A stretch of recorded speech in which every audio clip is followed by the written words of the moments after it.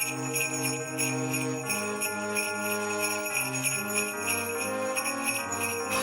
ho, ho! Merry Christmas!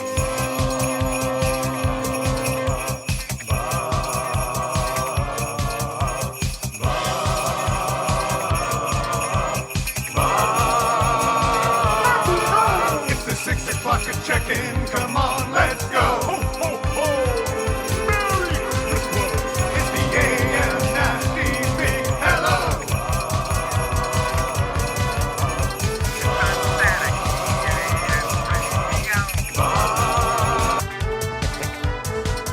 It's the Cool Band Red Hot Nielson Show! Let's go! Ho, ho, ho! Merry Christmas!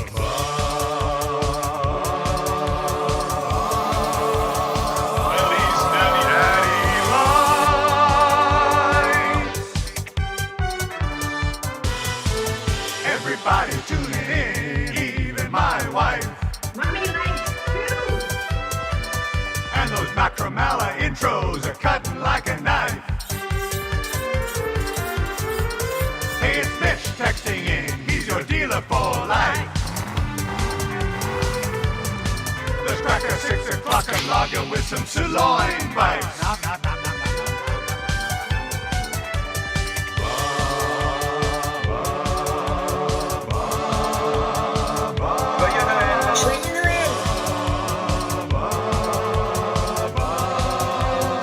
Feliz Navidad lights.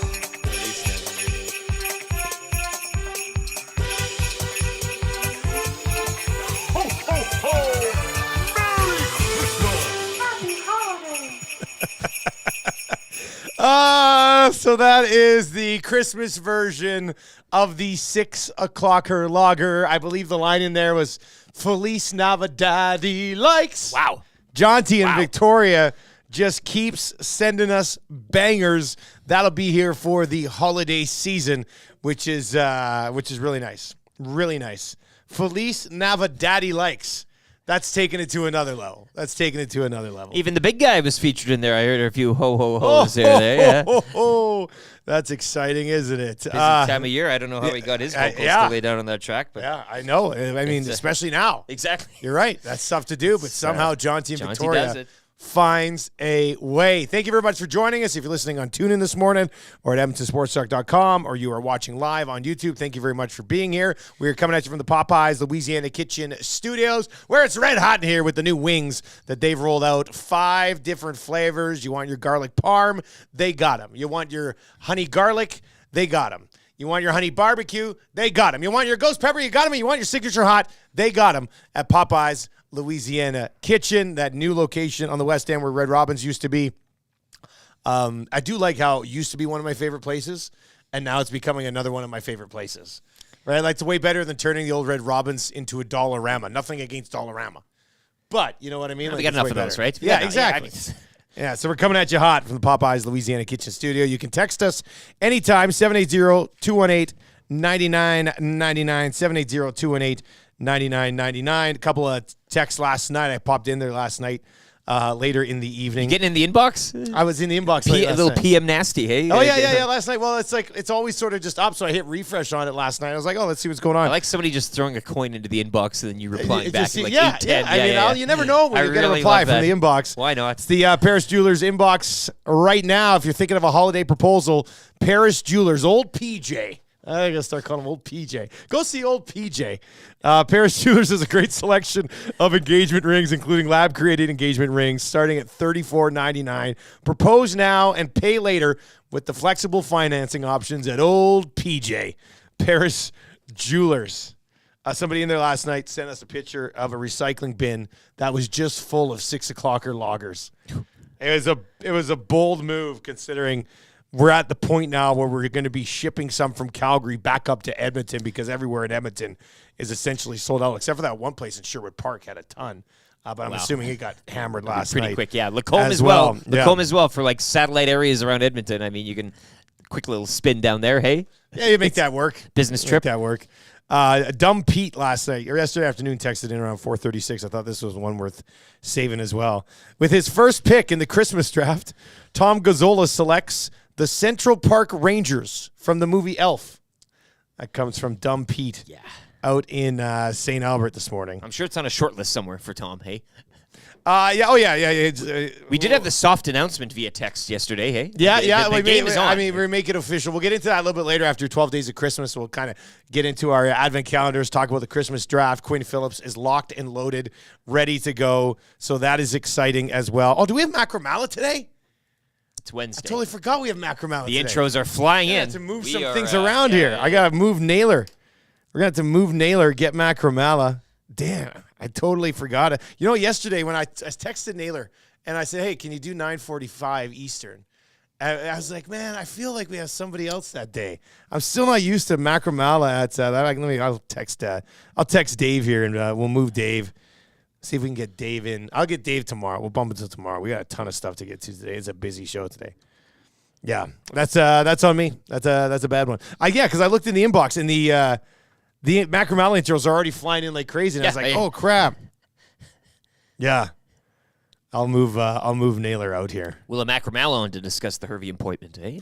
I guess. Just same old stuff. And yeah, I feel bad now. We'll see what Naylor says. Anyway, Macala will be by. Like, I'm not lying when I say like a jam-packed show. Jam-packed show. Let me just lay this out here for you quickly. Okay, we got to get into this. It's game day. Finally, it's game day. Oilers play the Hurricanes tonight, so we've got a game day that we have to get to. We have this Broberg situation that we have to dive into today. The play-in tourney has won me over. What situation with the Broberg? Well, right? Exactly. What's going on here? So we'll get into that. It seems real nice. Tales of the North around 6:30 today. Lieutenant Eric's 12 Days of Christmas. Day number 1 is going to be happening. Yeah, very much looking forward to that. We'll get to that a little bit later on as well, so that'll be good. And then, like from then on, it is an absolutely slammed show. There you go. Naylor says no worries. No worries. Naylor says no worries. Phew. All right. Woo. So you have to email Macala the link. Yeah. All right. So then here's the second 2 hours of the show. Mike Johnson is in for Noodles today. MJ has to fly on Friday, so Noodles is going to join us Friday. We get Mike Johnson today. We get your cool bed hotline of the day. Kings killed us yesterday. If they would have started playing in the first 2 periods like they did in the third, ended up coming back and winning that game. You know who blew the game in net for the Columbus Blue Jackets? Merzlikins. Just saying. He's actively making that move a reality. Like he's trying desperately to make that happen. 10-0 on the road, the Kings. Greg Wyshynski is going to pop by around 7:30 this morning. Eric Macala at 7:45 this morning. Look at his thoughts on the NHL draft. Going to the Sphere. Kind of easy trivia for Mr. Mike's. 3 questions too many for Park Mazda. Weekly rankings of power for United Sport and Cycle. Free advice for Damon Bunting. Orange and blue breakfast for Mobile One to get you set for the Oilers and Canes tonight.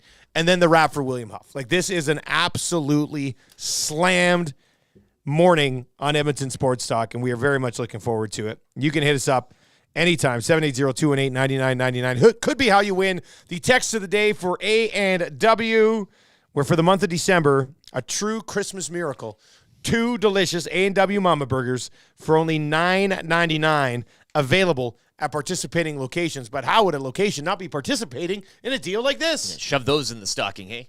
Here's a Mama Burger. Yeah. Right in there. Oh, what's this, man? This stocking smells delicious. It's delicious. Yes, it's Mama Burgers from A&W. From A&W. Boy, there are a lot of good Macala intros flying in here today. We're going to have to sort through a few of those as we work our way through the show. But finally, we get a bloody game. Oilers and Canes tonight. What time's pregame? 6 o'clock? Tommy Gazzola, as they say, back in the saddle. What's that song? Back in the saddle again or whatever? Yeah, out of the camo, back into the suit. Yeah, there it is. Tommy will be in a good-looking suit tonight. There's no doubt about it. So we'll get into that as we work our way through the show today as well. Balineski wants Macala and Naylor on at the same time. God. An EST first. Hey, we can do whatever we want. I mean, we could have 2 guests on at the same time. I mean, that's wild stuff. That could certainly be a thing, but let's be honest. I mean, can we handle that? You do one, I'll do the other. And we all talk at the same time. So you're be interviewing wild. Naylor on the CFL. Same time I'm talking with Matt Gramala. But then when you're both done your question, then we switch. Oh, they'd have to end the questions at the exact same time. I'd just like to try that for about 8 minutes. Yeah, Maybe I'm sure, come in here on a I'm sure weekend that and would come across very, very Give it good a soft run, on the air today. Yeah. Maybe we'll make that happen at some point. Eric Macamala, legal analyst and man whose income has recently taken a huge hit after Bozone Live quit buying his bottled piss. That comes in from Oily Sink today. EST legal analyst and guy whose vanity requires that he continues broadcasting static for the evil empire.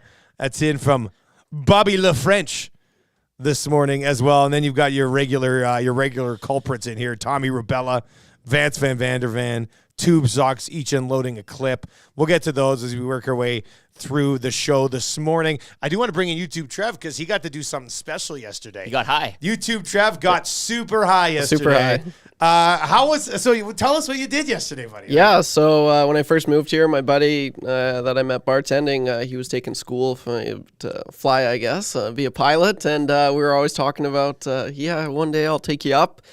And yesterday was that day, and man, it was super cool. I've never been a huge fan of flying. I hate it, but just seeing, like, being up in front, and I never know what the pilots are doing, and like that's why I hate it. So that's why you're nervous when you fly? Yeah, like they could be playing chess for all I know. I don't like. For the most part, they're flying the plane. Yeah, but I don't know. Like it, I have trust issues. But it was nice to see, like, and he was just he crushed it. He gave me control of the plane for about 2 minutes. I was gonna ask, did you flip Yeah, it? man. Yeah. So I'm like low key a pilot. That's kind of cool. I'm just joking, but You got your wings. yeah. So it was pretty sweet. I took a left, and I was like, holy crap! And yeah, it was. That's why. This is why I always wonder, like, pilots, like, if you could imagine, like, doing something that seems that dangerous and just being like, all right, you take over for a bit when you've never done it before. Yeah. Like, that's why being a pilot cannot be that difficult. Yeah, it's like, as far as like once you're up in the air, it didn't seem that it's just all the protocols you have to take, like, before getting up and going back down. Yeah, he's like, okay, like the checklist was massive, and I'm like, okay, no, it looks good. So it was. Did you say breaker? Breaker. I was like, oh yeah, I was like rubber ducky over the whole time. Oh, it was so much fun. But yeah, went for about an hour. Just under an hour. And how'd Commonwealth look? Oh, it was just so sick. Yeah, there was like a ramp in there. Yeah, for the snowboard event. Yeah. So that looked pretty cool. And then just downtown, I seen Maddie and Tommy's place, which was pretty sweet. And I was like, hey, how's it going, boys? They didn't get back to me, but whatever. So all around, yeah, just so sick. I'll remember that forever. Yeah, that's awesome. I remember when I was working in Lethbridge in radio down there was a big Lethbridge air show all the time. So every year they'd be like, come on in, we'll fly the reporters in planes. And I remember I went up with the guy, and it was a pretty basic plane. So I was sitting in the back, he's flying, and there was a stick in the back too. And he's like, okay, you can take her. And it was just like one big sort of pole in the back. You can take her. her. He goes, just move it around. I was just like, this is it? Like, this is flying? Like, it was just a big old stick. I was just like, and it was a trick plane. So I was just like, this is nuts. And I flew over my house in Lethbridge, and we were not very high at all. And then he's like, all right, you want to have some fun? I was like, no, not really. Because I was like Trev at the time. I had barely flown at all. I was still kind of nervous about flying. And he's like, all right. So he took us up pretty high and then, like, cut the engine. And the plane, like, just straight down. I'm like, what the hell are we doing here? This guy's going to kill me. And then he pulls out of it. And it was quite the scene, man. It's kind of cool. But I don't know. I feel like would a fire... Well, I guess it's still just driving. I say, would the guy who's in charge of driving the fire truck bring a rando along and be like, all right, you take over. You're going to be driving the fire truck now? Kramer, yeah. I don't know. Like, it just seems a little weird to me. But lots of good Macamala answers rolling. We'll get to a few of those. That's a cool story. And we've got lots to get to as we work our way through the show this morning.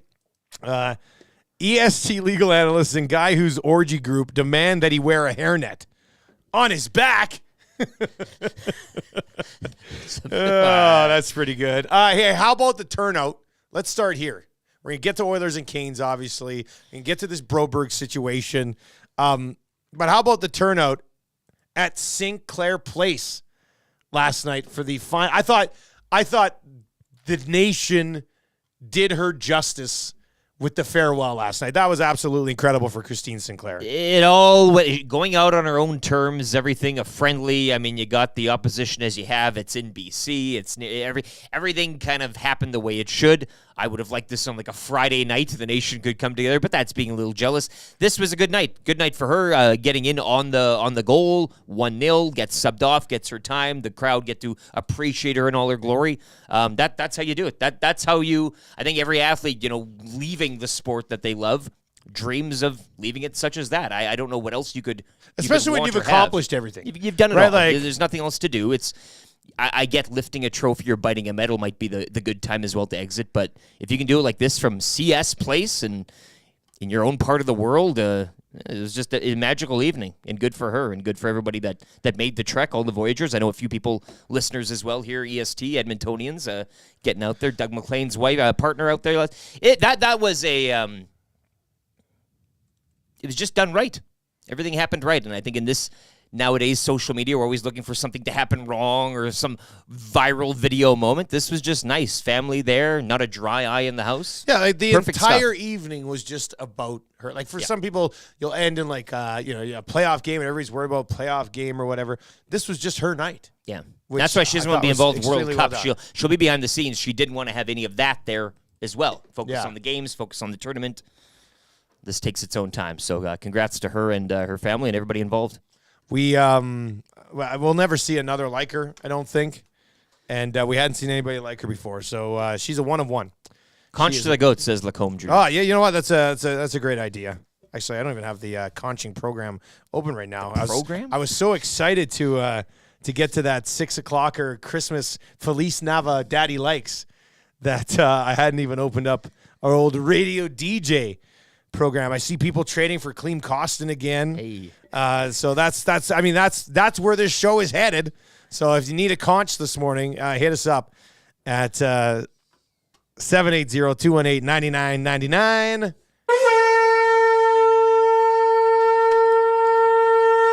All right, Oilers and Canes tonight. That was a conch for the GOAT, Christine Sinclair. Oilers and Canes tonight. Rick, do you like the Canes being the first team coming out of the break? I mean, this goes one of two ways. There are a few other teams I think I'd rather select ahead of the Canes, but I'd rather take the Chicago Blackhawks coming out of the break.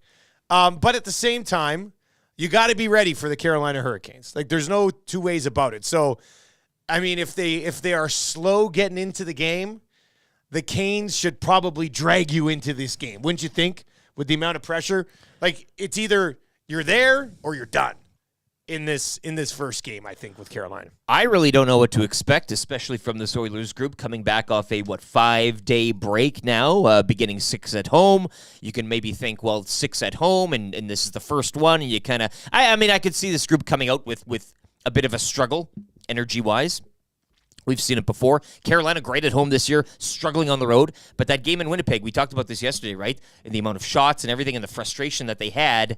Now maybe they take that into tonight. I don't know. Yeah, I would have rather chosen a different opponent. But if they want to be where they should be, this is a team that they should be, neck and neck with in the league and the standings. So, take advantage. Again, not a good road team. Carolina largely play really well at home. They're on this Western road swing. Frustrating night out in Winnipeg.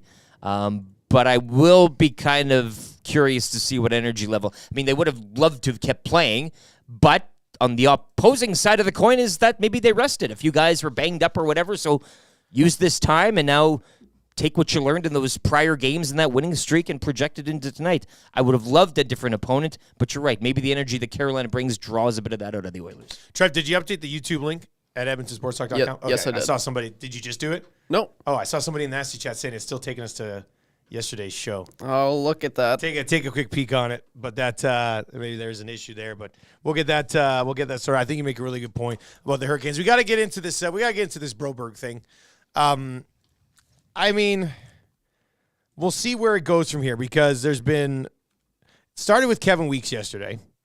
So Kevin Weeks kind of laid it out, and then Frank Saravalli kind of was the next insider to slide in, says, understand the Oilers have granted permission for Philip Broberg's camp to seek a trade.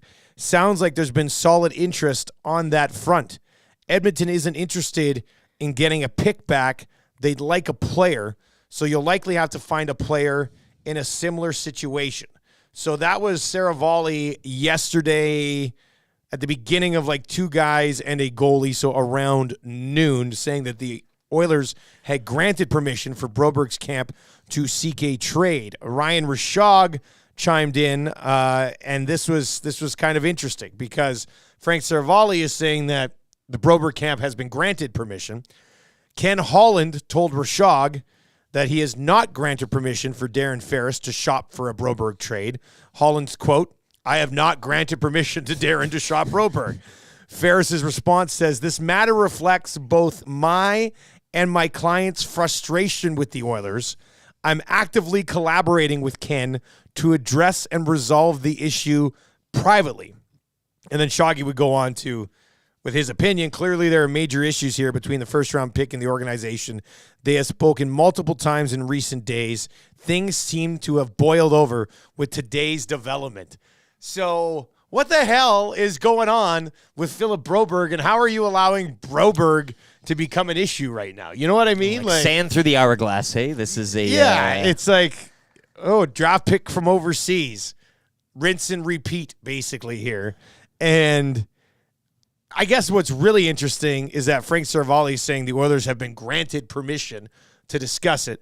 Rishaug says Ken Holland says they haven't granted the permission. And then the agent goes, "This whole matter reflects both my and my client's frustration with the Oilers. I'm actively collaborating with Ken to address and resolve the issue privately." So I would assume, now here's where it's at. Either the agent and the client are frustrated with the Oilers in this situation because of the conflicting reports. Yes. And it got out there that he'd been granted permission and they're not happy with that. Or they had been granted permission, and Ken Holland's telling Rishaug, no, they haven't been granted permission, and he's basically frustrated with the Oilers, essentially not telling the truth in this situation. So either way, you've somehow created a Philip Broberg situation. I just don't know how Philip Broberg has a situation. He's played 70 games in the National Hockey League. So what do you do with this guy? Do you allow his agent to try to find a trade? I guess if you've been granted permission, you allow. I mean, at this point, with all of this coming out yesterday, and he said, she said, who said, what said, I would look at moving on. I just find it funny that you got these 5 days of good grace. You have a winning streak, and no days off for the Edmonton Oilers here. We have to have something that kind of unravels things off the ice. They almost got through it though. Oh no, real close. Got through the 5 days with nothing ridiculous popping up. Yeah. But here we are. You're coming back from this one? Are we kumbayaing? And Broberg's basically here's what happens with Broberg.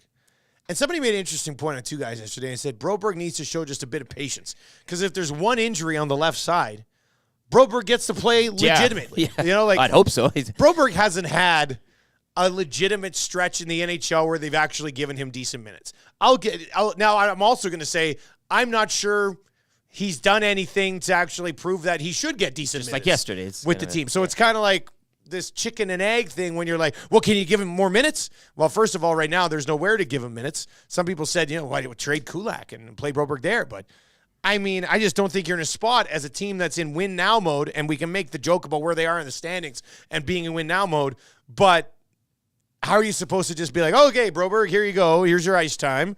Don't leave us. It's a tough spot to be in. He's landed in a time where he probably wants to get some development in the NHL, but the Oilers aren't in a spot to give him that right now. Put him in the development league. Well, and this is the other thing. Do you just send him down and say you spend the rest of the year down here?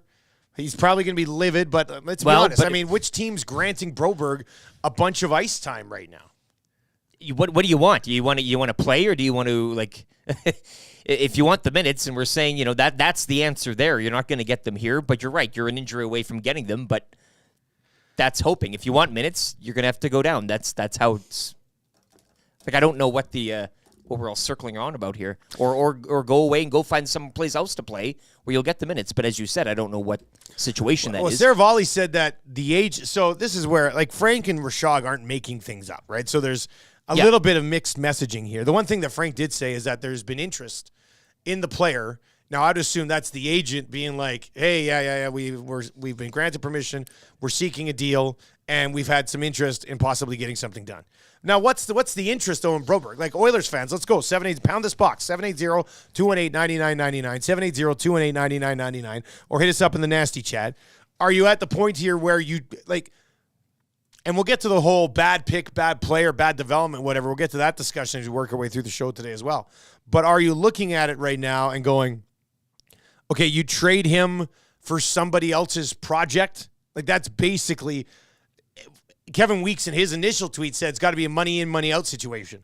And he only makes $860,000. So you're trying to find somebody else who makes basically no money that you want to slot in. And I referenced yesterday on Two Guys, remember when they traded Sam Marukov and got Clean Costin? Like, that was another guy who needed a sort of fresh start.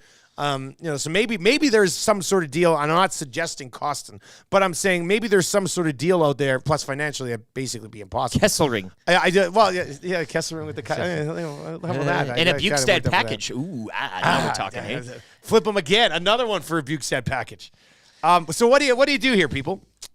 What do you do with Broberg? Do you trade him for somebody else's project?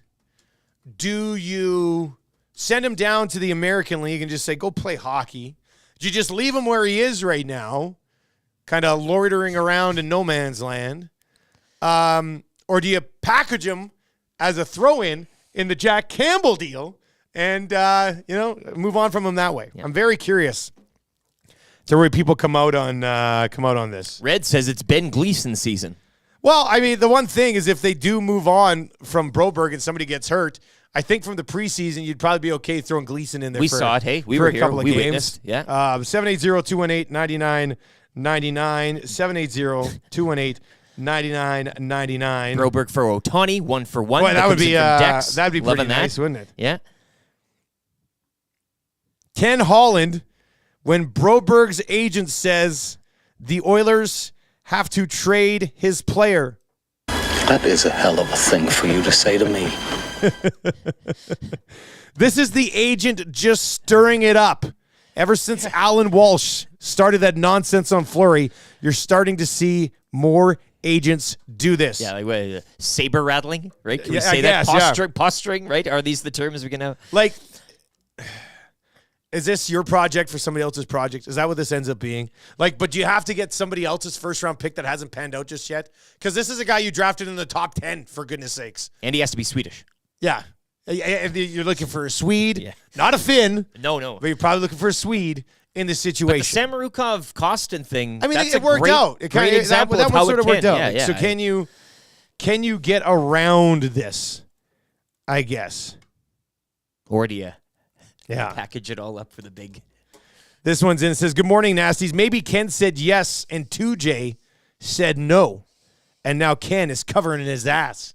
That one comes in from Norm today. We'll see where this plays out. YouTube Trev, what would you do with Broberg, buddy? Oh, geez. Man, I like it, it's such a... You'd try to hang on to him, wouldn't you? Yeah, I think I would. I think if you trade him, you're not getting any value back. I think what would be the case is like it would be one person, like just an experiment, like you said, like one deal or team's problem for another team's problem, and I don't know. Those never really seem to pan out, but. I don't see, just looking around the league, I'd have to see the names that they're trying to get, but like just from the top of my brain right now, I can't really think of anyone who would bring in significant value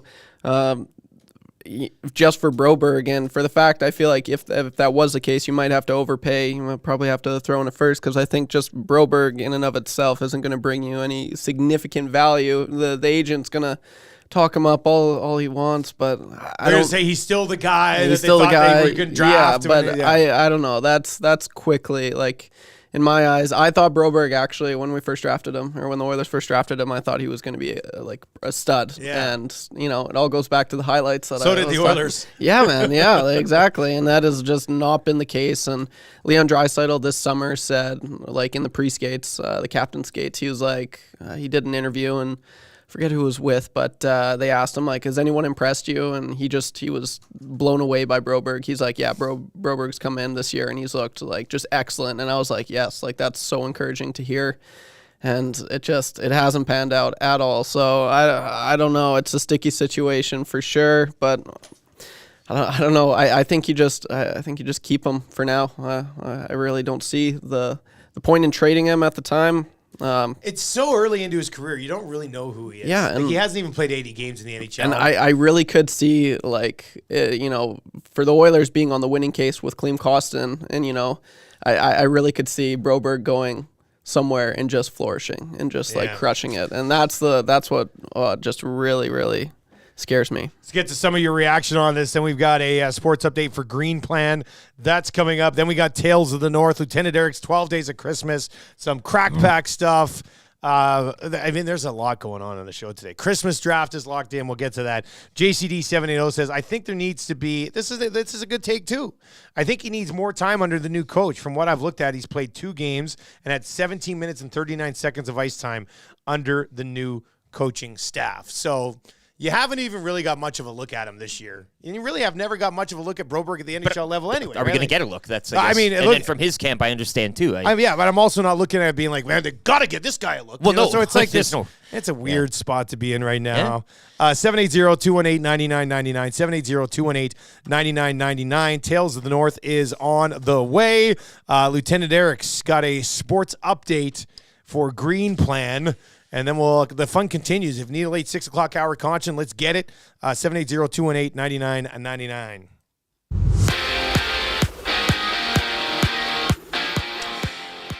NHL action last night. LA Kings a perfect 10-0 on the road to begin the season. They defeat the Blue Jackets 4-3 in overtime. The Wild, they've won 4 straight, knocking off the Flames 5-2. Devils over the Canucks 6-5. Avalanche clip the Ducks 3-2. While the Predators dump Chicago 4-3 in a shootout. Oilers hosting Carolina tonight to kick off a 6-game homestand. It's one of 4 games around the NHL. You can join Tom Gazzola for the Oil Stream pre- and post-game shows. Coverage starts at 6 tonight right here on Edmonton Sports Talk. LeBron James leading the way. He had 31 points. The Lakers advancing to the in-season tournament semifinals with a 106-103 win over the Suns. Earlier in the evening, the Bucks also advancing. They tear apart the Knicks 146-122. Semifinals, they go tomorrow. The Raptors are back on the court tonight when they hosted the Heat. Captain Christine Sinclair helping Canada to a win in her international swan song last night, helping set up the goal in a 1-0 victory over Australia. The 40-year-old from Burnaby leaves the game as the highest international goal scorer with 190 goals. Sports update brought to you by Green Plan, providing you with award-winning environmental planning and consulting services. Whether it's municipal, industrial, or residential, plan it right with Green Plan. Visit green-plan.com or give them a call, 780-455-4292. The Nielson Show featuring Lieutenant Eric. Only on Edmonton Sports Talk.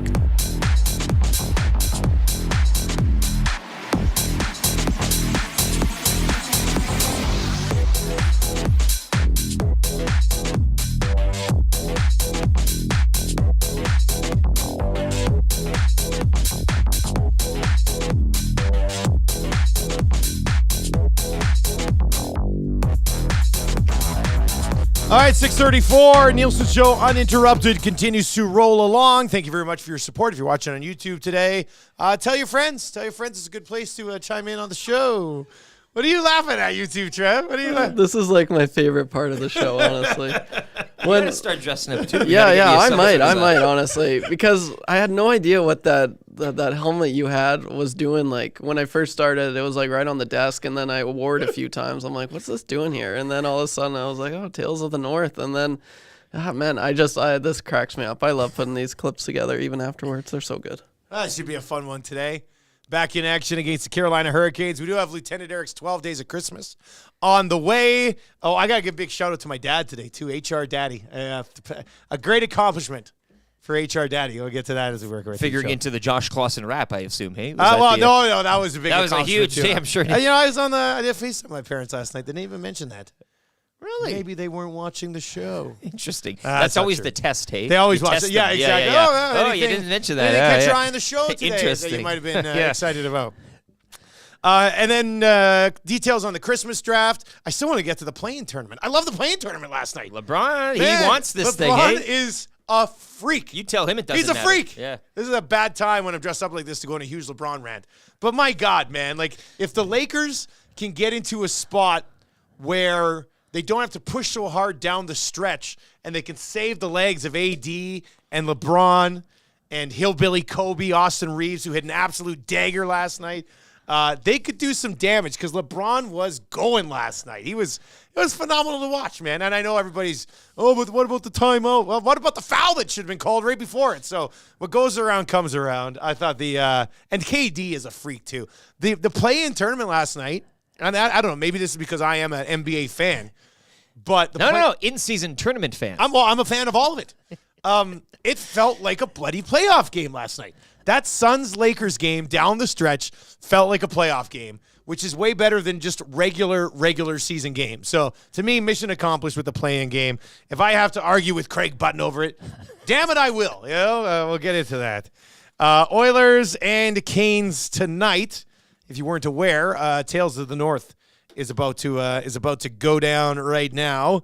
Lieutenant Eric, you ready to roll there? You got the swords? Yes. All right, let's get into the Tales of the North, the sword. Here we go. Who owns the North? Who owns the North? Show me!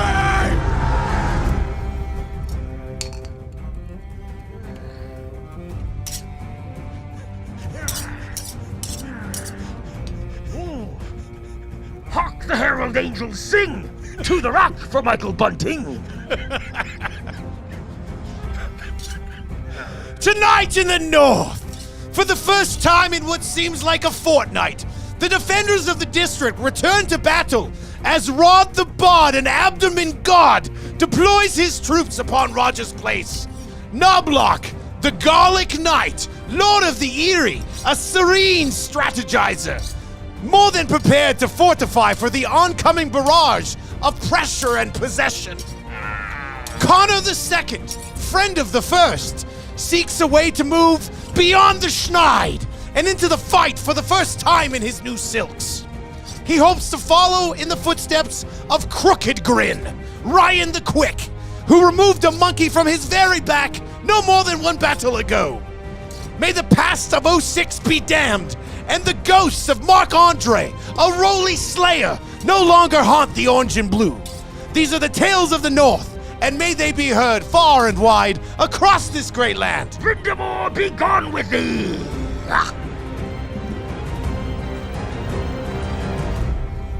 Ooh, she timed out nice. She timed out nicely today, didn't she? That worked out pretty well. Tales of the North, getting you ready for the Oilers and the Hurricanes. You think you've had a hard time waiting for the game. How about us? All right, having all those bangers locked and loaded, ready to go, and having to wait for this thing. We got her done. I don't know if this is a coincidence or not, but while we're doing it, I got a text. It said, "Hello, I'm Lena from Attico Recruitment Agency. Are you looking for a job?" What do you think, boy? Should I say yes? I am looking for a job. Does it reply Y or N? Or It doesn't even say. I don't know if that's a real person or not. Yeah. Let's find out if I get give him a call, put him on the air. Get a gig. GSM, the all-time buzzkill coming out of Tales of the North. Carolina is a better team. Win 4-2. Well, Well, according to the TSN Power Rankings yesterday, which we discussed, get to this. 2 of the top 3 teams and expected goals clashing tonight. It's an XG show. We were talking Yeah. yesterday. You went through all of them, but this is It's this a is big an one. XG Bowl, This XG is a night. big one. What are you expecting tonight, Trev? Lots of goals. Exactly. Lots of goals. Expected goals. That's what we're expecting tonight. You're expecting a lot of goals because outside the Los Angeles Kings, who stormed back, perfect 10-0 on the road after the win last night, outside the Los Angeles Kings, Carolina and Edmonton, top 2 teams in the league, and expecting goals. Who will score them tonight and win the game? I guess we'll have to wait and see. That's the question. Yeah, you can expect the goals. everybody You can just expect can't score the goals. Yeah. And recently they have been scoring the goals. So hopefully they'll be able to continue with that trend. I want to play that 6 o'clock or Christmas song again before we get into the before we get into our little Christmas draft and Lieutenant Eric's 12 days. If you missed this, and right at the beginning of the show today, I was double playing it because the YouTube feed was up, so you might not have heard the first part. But I always love when you do that. how good is this? Get your eggnog and gather around, everybody. Ho, ho, ho! Merry Christmas!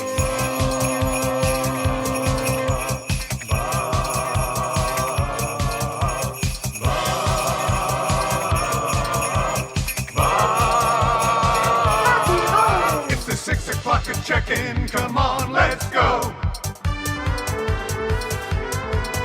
It's the AM nasty big hello. It's static AM radio.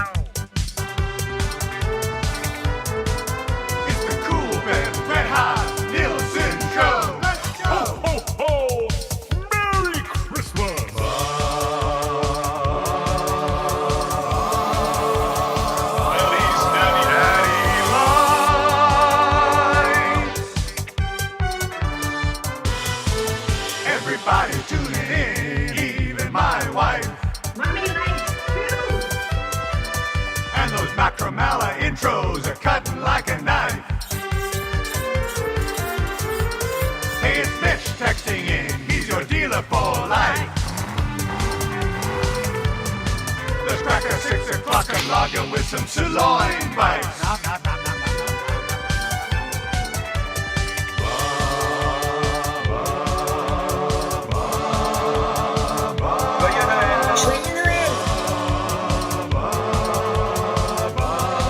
Feliz Navidad lights. Feliz Navidad, There's a lot going on in that My God. little cul-de-sac there. Ho, ho, ho! Merry Christmas! Happy holidays. Man, Jonty don't miss. Hey? That guy doesn't miss. Knocks another one out of the park. He's batting 1,000. He's batting 1,000, which will get you in the Hall of Fame. It's almost like if you and Will Fraser had a child, and this is the child all grown up. God, can you imagine Fraser and I raising a kid together? This is it. This is the Marco. This is EST's Marco, all grown up and now making songs for the show. Fraser and I basically live the exact opposite lives. I don't know how we would. I don't know how we Yin would raise a yang, kid. right? Yeah, yeah. I guess. I mean, maybe. 780-218-9999. 780-218-9999. Does that put you in the festive mood, though? I feel like it kind of puts you in the Oh, festive I'm feeling mood. it. Are Yeah. you feeling it? I feel like a Christmas orange. Oh. You know what? Actually, I had a Christmas orange waiting for Get me out. today, and I forgot to bring it in. Oh, no. It was in. Tam made. She they're likes terrible. to cut up some cheese and some apples for me.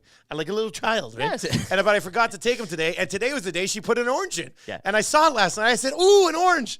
And then I forgot it today. I was driving away from the house, and I was like, "Damn it! I forgot my Christmas orange in the fridge." So that sucked. And this is all how she gets the medicine into you. Yeah, taking yeah. the medicine. She just she puts tricks, the pills in she there. tricks Yeah, me yeah. into. Yeah, there was also some spinach inside that no, yeah, orange. yeah. She got me again. Real funny. Anyway, hey, I want to say congratulations to HR Daddy, my dad here, because yesterday he passed his final exam, and he now has a certificate in human resources and labor relations. He was talking about that when he was in here Yeah, last. of course he yeah, was. He's stressing been about talking that, about. So here's the best part. He started this 10-course certificate program Yes. in 2003. It's Wow, taken that's- him 20 years because he's always just done the courses like, It's a regular Van Wilder yeah, here, he's eh? been doing the courses like part-time while Yeah. he's working and raising a family and stuff. So he usually does like a course every 2 years. And he got an email because I think he did it through online at Athabasca or whatever. So he got an email like last year being like, "Hey, listen, if you don't finish this certificate, we're going to have to start taking credit away for the first course you did." Oh, no. Because when he did his first course, my youngest sister was 13 years old. She's now married and pregnant. Time. It's been 20 I was in years. kindergarten. You were in kindergarten when my dad started this course. I was in college. I was in college when he started this course. So he finally finished it yesterday. Like he did his final of the 10 courses was an elective, and he took accounting and bookkeeping, which is why An he does elective our too, accounting yeah. and bookkeeping here now. But yeah, congratulations, Dad. You finally made it. You've got a 10-course certificate in human resources and labor relation. Just took 20 years. Like, Congrats. That's being committed to the game. Yeah. A 20-year That is commitment. certificate program. But he got it. Like, I'm not even sure he had an email when he started doing this course. So it's No, he was going on campus, and now it's shifted to well, I online. know he didn't have a he's- cell phone. He didn't have a cell phone in 2003. I'm pretty sure. So, yeah. Anyway, congratulations, old man. Just want to be Well on the football done. team a little longer, hey? Yeah, Maybe yeah, that was that's what it. was, Yeah. All right, we are going to get to our Advent. We got a Christmas draft. We're going to give you details on that. But are we ready? Are we ready for the 12 Days of I'll Christmas? tell you this: you teased the song. It's different. It's a different one than I've been using for years. Oh, okay. So as far as like tempo Yeah. and pitch and Oh, everything. boy. So we're gonna have you know, to just you know what? just bear with Let me me. give you a run. Let me give you yeah, a run please. through. Yeah, Just yeah. don't Bear even with say me. anything. Like, Just take a listen. Yeah. Take a listen to what we're rolling out here this year. And what we'll probably do is I'll start it a little bit hot, and then I'll fade it down for you, right? Okay, So. yeah, yeah.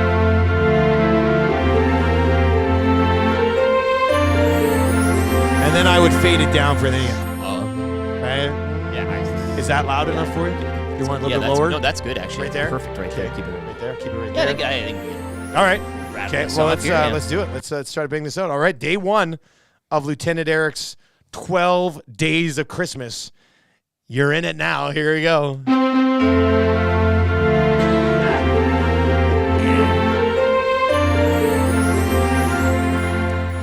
On the first day of Christmas, EST gave to me a black sedan guy being creepy.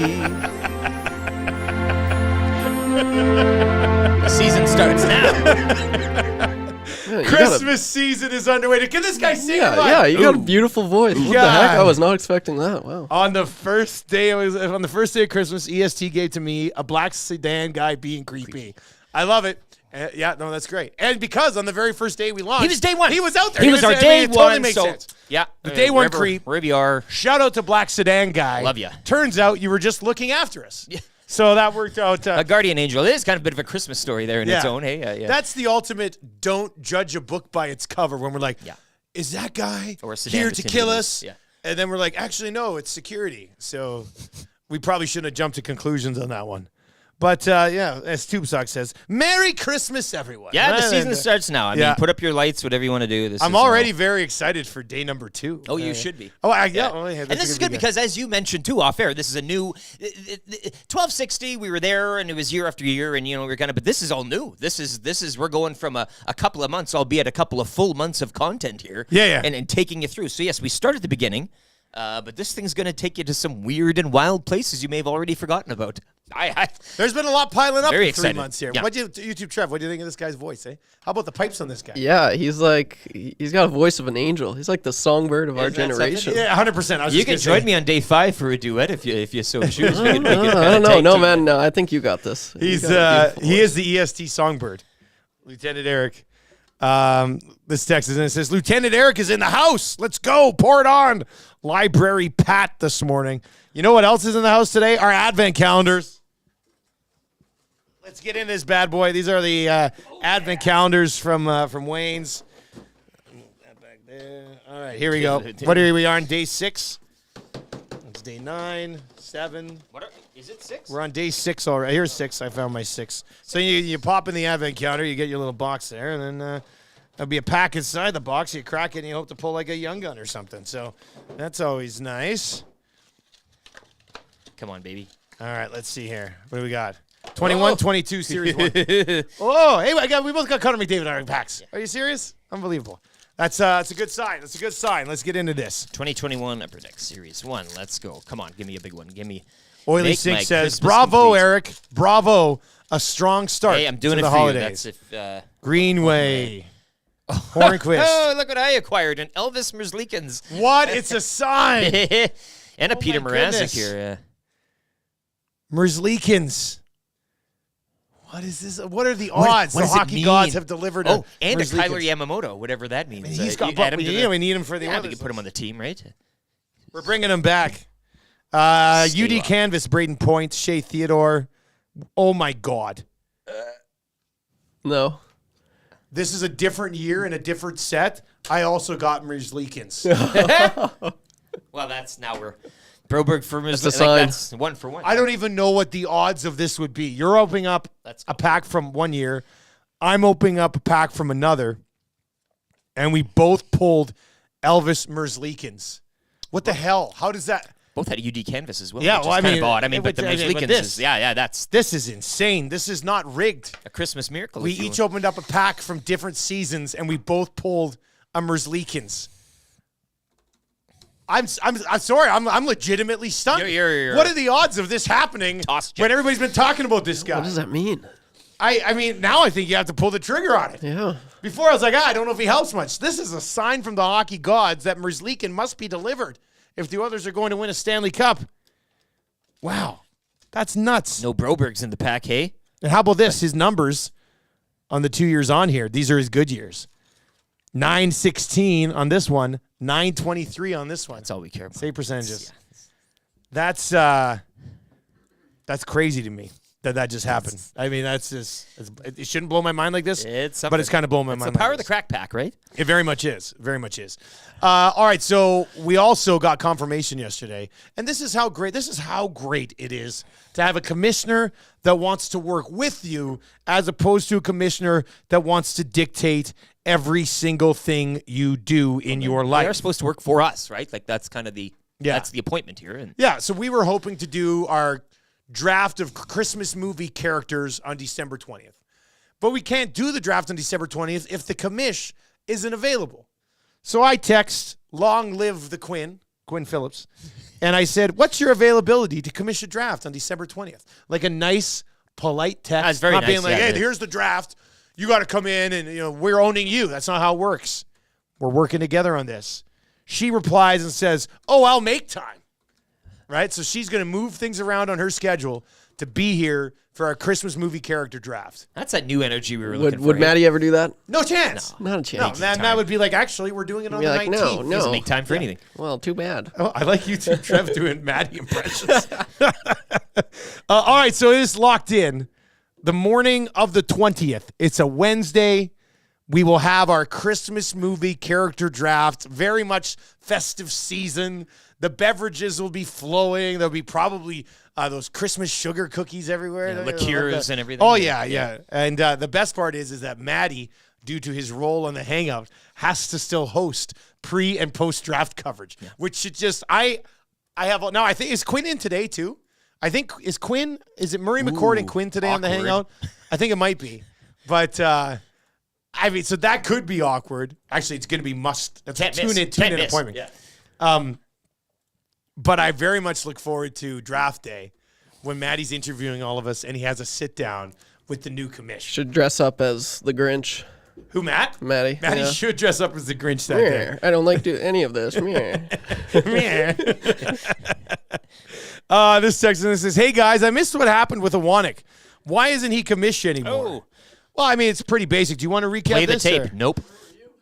Yeah.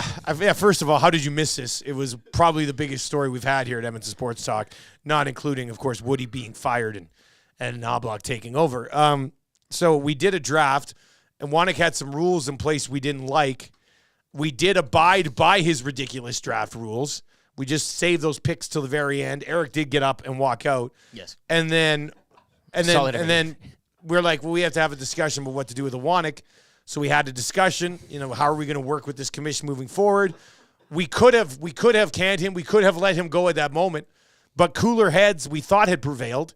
And we basically said, you know what? We still want you to be commish, but let's work together on some stuff, right? And he steps in and resigns from his role on the spot. So that's how it went down. It took us about a business day to find someone who I think is going to be a better commish anyway, and probably improve the draft. Yeah. How did that lunch meeting go with old Rashog there that Maddie and him were that? I mean, that Oh, yeah, fizzled 'cause quick, Rashog eh? was gonna steal that Maddie really from us, fizzled yeah. quick. Yeah, and nobody really cared about that Yeah, anymore. it's weird. But, I thought he was going to leave a us. hot commodity. Eh? To go work at Got Your Back. No, seems as though he doesn't have Matt's back, as it were. You guys did this to yourselves. It's like the Justice League got the Joker to be commissioner of their draft. That went in from Coach Mike this morning. Nobody will be drafting under protest this time, right? There'll be This no is gonna drafting under This protest. is going to be a Will filled Maddie with be hosting under holiday protest? cheer. Yeah, I could see him hosting under protest. Absolutely. Which I would respect that move. I really would. I think that'd be a pretty good move to host under protest. Either or, I say we feed Tommy those liquor-filled chocolates before the draft. Really kind of throw him off. That's Yeah. my game plan. Oh, that would Here, be a Tommy, have a really good box of idea. chocolates. Enjoy. Keep eating it and get him a little buzzed. What are the odds Tommy gets first overall pick and passes on Clark Griswold? I'm saying the story here. He's going for 3 straight L's to kick Well, off and we've EST also, drafts. and we'll have to discuss this amongst ourselves, but the discussion has come up here around the office that if you don't get at least, now here's the number we have to be, let's get your thoughts on this. Cut line. Eh? The cut line. If you don't get at least, what do we say, like 10% of the draft vote, you're relegated, you're out for the next draft, or should we say 15%? Relegated. I think we go 12%. I like going down to a lesser draft. Yeah. Somewhere like you go downstairs, they're doing a draft in the spa. Russian like, spa draft, and then you get elevated back up to the big club. Yeah, let's go. Maybe go 12.5%. Because he hasn't just lost. He's been crushed he's twice. Lost. So if you don't get 12.5% in a draft, 12.5. you are out of the next draft. We find another person to replace you, and you're out until. Do we say you're out? Like you just missed one, or are you? I think you're out until somebody else Yeah. goes less than 12.5%. Relegation promotion system here, kind of. You Man, wait on that. that'll drive me nuts one time. If I get 10% and I'm out for like 4 drafts in a row, I'll be. Oh man, I'd be devastated. That would break my heart. But at the same time, then draft well. Right? Yeah, Don't it's- take Jimmy Fallon 4th overall Well, it's something in a on the Saturday line. Night Yeah. Live draft. It's not like Tom's being rewarded now with a first overall pick for failing so many times year after year after year. Or I mean draft after draft. Balaneski says, I hope Quinn comes in and is a bigger heel than a Wannick. Impossible. Good. Well, Impossible. There's no chance. No chance. JCD, I'm with you. Quinn is going to be way, way better. And look, it's not that difficult of job. You know, like Maddie always made it out to be like this really But you don't know. When you're difficult standing job, on that like- podium, right? Maybe Quinn feels the dizziness of that height. She hasn't been in the draft realm like this before. The pressures of the job, man. Think she panics? I don't know if I could do it. You could do it. You get on that podium, man. It's very high. Your head's in the clouds. Maddie's job as commish was to basically save you from yourselves, and you blew it. Quinn will be great, though, if she doesn't pander to the masses. Hampton Steve with the first overall pick. Tommy selects the kid from Home Alone 3. That would be a Home Alone 3. Yes. Tommy takes the kid from Home Alone 3, which I really like. That's pretty good as well. Hey, are you guys making draft rules without consulting or working with the commissioner? No, We're not. I mean, we're just talking. spitting around. We're just, talking about draft rules. talking. It'll all be locked in with the commission and Milne and Tommy, and then Tommy can blow it and get relegated down, and somebody else slides into the Christmas tradition the unlike draft any spot. other. Yeah, I think that should be good. All right, on the way, we do have an update coming up. We're going to get to a sports rewind for Universal Rewind. And then the show from here is absolutely jam-packed. We got Mike Johnson stepping in today here on a Wednesday. We got your Cool Bet hotline of the day. Wyshynski's going to be by around 7:30. Eric Macala at 7:45 today. You got your weekly rankings of Power in the third hour, free advice, Orange and Blue breakfast. So a ton of stuff still to get to here as we work our way through the 7 and 8 o'clock hours. Let's get to a sports rewind right now with Lieutenant Eric.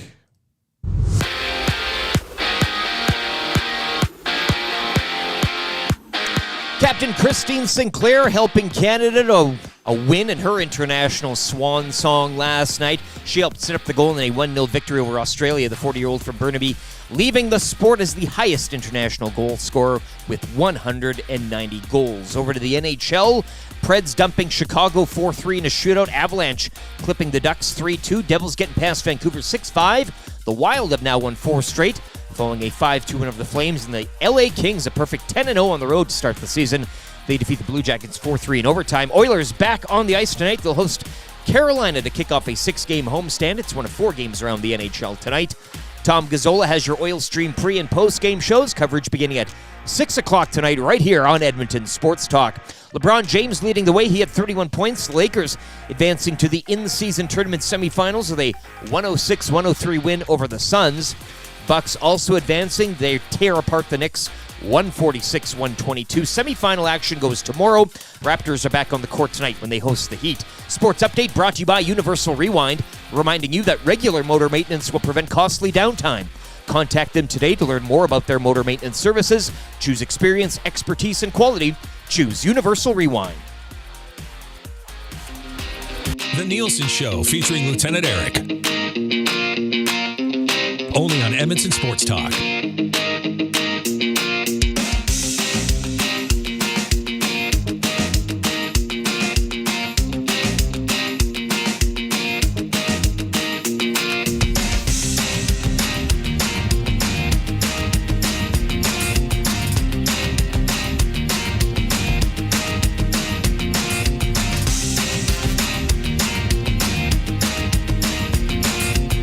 What's going on? It is the Nielson Show. Dustin Nielson and Lieutenant Eric with you. You can text us anytime.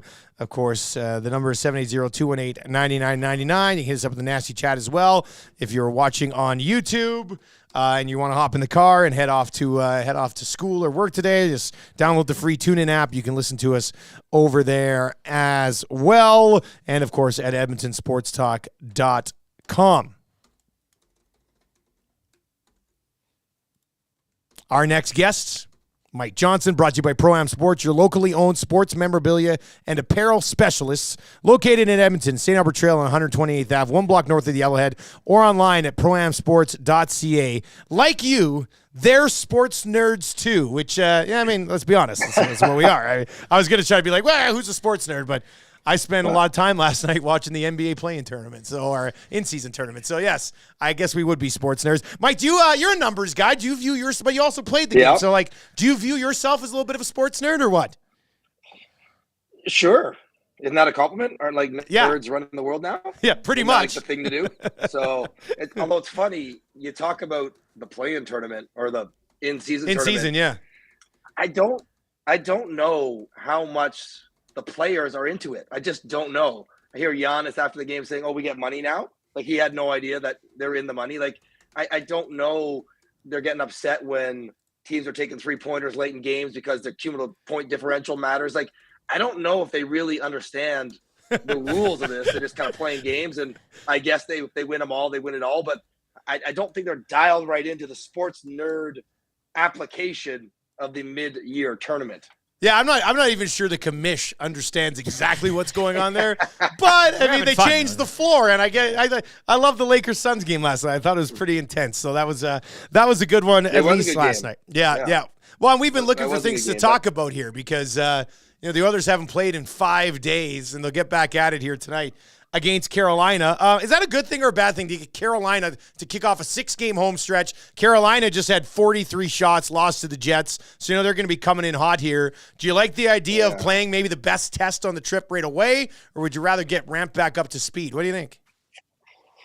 I probably would maybe the second game. Yeah. So you're not quite as rusty because Carolina, they're struggling because they can't get saves. Stop me if you've heard this before, Edmonton. Yeah. But they dominate play all the time. Always outshoot, outchance, possession, all the underlying numbers very strong. So it's going to be a tough game. So if you're not sharp, and what Carolina does is they pressure you everywhere.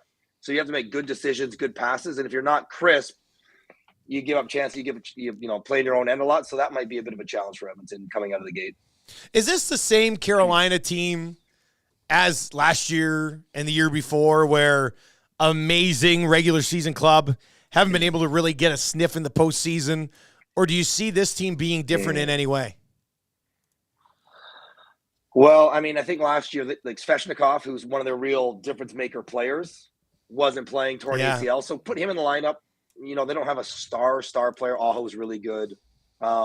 Slavin is really good, but they don't have a star offensive guy. But, I do believe that if everyone was healthy and they played well and they get goaltending, which is if, but I think really if everyone's healthy and they get goaltending, they are as good as anyone in the East. They'd be a really tough out. Just hasn't been the way the last couple of years. They can't get the goal when they need it. They can't get the save when they need it in the playoffs, but I like them. I'm a believer in how good they are. And with Svechnikov, if he's healthy and right, he's a difference maker for them. Mike, just turning into Mystic Mike, as you are sometimes, and it's Carolina tonight. Okay. But the 6-game homestand, how do you see this playing out for the Oilers? I know it was a 5-day break. Some people saying could benefit them, could be the complete opposite. How do you see this whole 6-game homestand here panning out for the Oil? Well, it's both a good and bad time of year to be at home.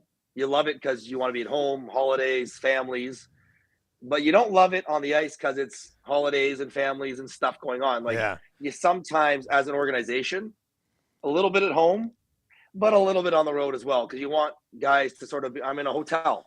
I'm focused on the game. I'm not thinking about a Christmas party or decorating or hanging the lights or whatever. So there's that. And then generally speaking, teams don't like doing anything in one place too long. They don't like an 8-game road trip.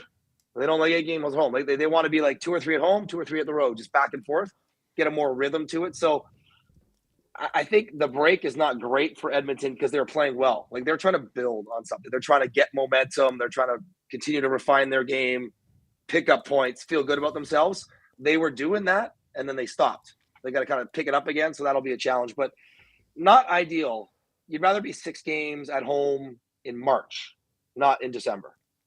TSN analyst Mike Johnson with us here on the Nielson Show this morning, brought to you by Pro-Am Sports. MJ, we were wondering if we get through like 5 days without games here, without some sort of other story popping up in Edmonton, and we almost did. And then yesterday, Kevin Weeks gets the Broberg thing out there. Frank Saravalli says he's been granted permission to have his agent seek a trade. Rashog last night saying Ken Holland says they haven't granted him permission, and the agent says this is what frustrates us with the Oilers. He's only played just over 70 games in the National Hockey League. There's not a ton of room for him here right now on the left side with the 3 vets that are above him. How would you handle this situation? What do you do? Because you could send him down, you could leave him where he is, you could grant his wish and trade him for somebody else's project. Like there's a bunch of options here, but what would be the right one? Well, I guess I would gauge the league's value of him. You know, if he's worth a lot around the league, if you see that there's value there, or it's a player who can help you now or a pick that you can leverage later, then you make the decision. But as an organization, I'm not sort of going to acquiesce everyone's request. Like, you got 70 games. Like, you're not demanding anything. You're going where we tell you to go. You're going to play well there. And if you want a career in the NHL, whether it's here or otherwise, you go play well wherever you're told. So I get you don't want to have acrimonious relationships, but you want to be in control. And if I'm Edmonton, I'm not letting the agent go pull a trade out and say, here, go public with it. Yeah. This is the trade. I'm like, no, we're in control. We decide if we want to trade him. We'll peruse the league. We won't let you do it. So I would say, see what's out there, but don't be forced into anything. Even in the 72 games he's played, it's not like they've ever really sort of heaped any sort of significant minutes on him. But do you have a take on where Broberg? Yeah. Like, it's not like the Oilers are the 77 Habs. Like, they could use a good young defenseman. If he was better, had he played better, he'd have a chance. He'd have a spot because there would be spots there. So, I mean, I think he's a work in progress. Like, you see kind of the skill set. Yeah, he looks raw, right? He looks raw. He just looks like you don't see him apply it all the time in games. Like, oh yeah, he skates well. Oh, that's a good pass.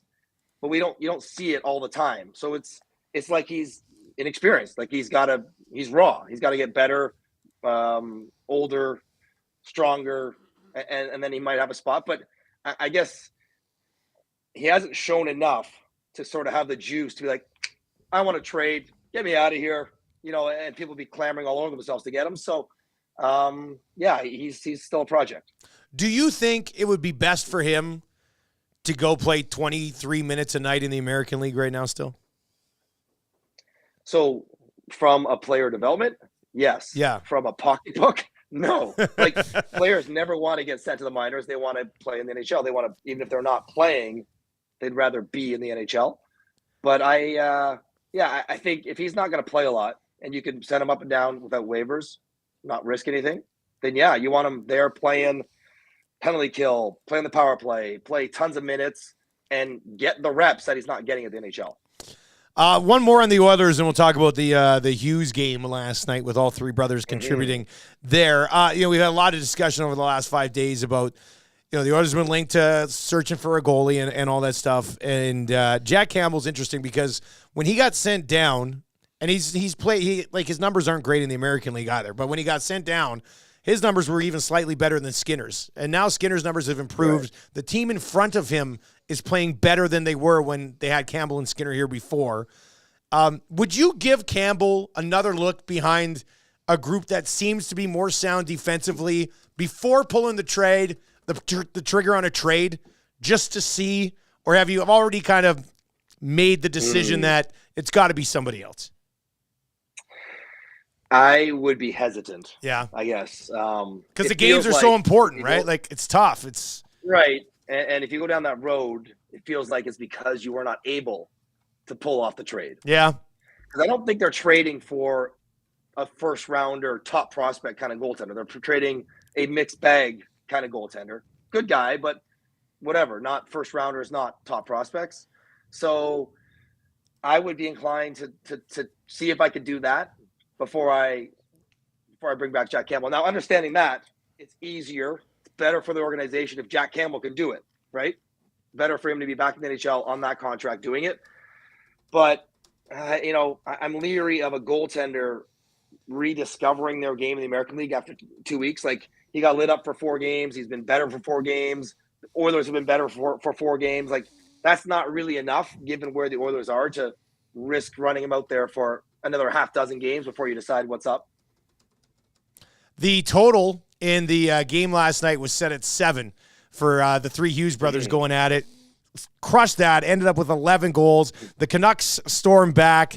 All Hughes brothers involved in the scoring as well. I mean, it's safe to say that game lived up to the hype, did it not? But you're thinking, there's no way. Like, these kids, and they're still kids, and playing all against each other for the first time, 2 pretty good teams, offensive players. But, like, somebody's going to have an off night. Someone's going to get shut out. But nope, all of them, probably not surprising now at this point. When you watch them and you get around them and you see the kind of poise, the confidence, and the game that all 3 of them have, it was awesome. It was like, I was up late watching it, tuning in because I wanted to see the 3 of them, but you also want to watch the game unfold and Vancouver rallying back and the late goal to win it for Jersey. It was incredible. And I just always just hat tip to the parents.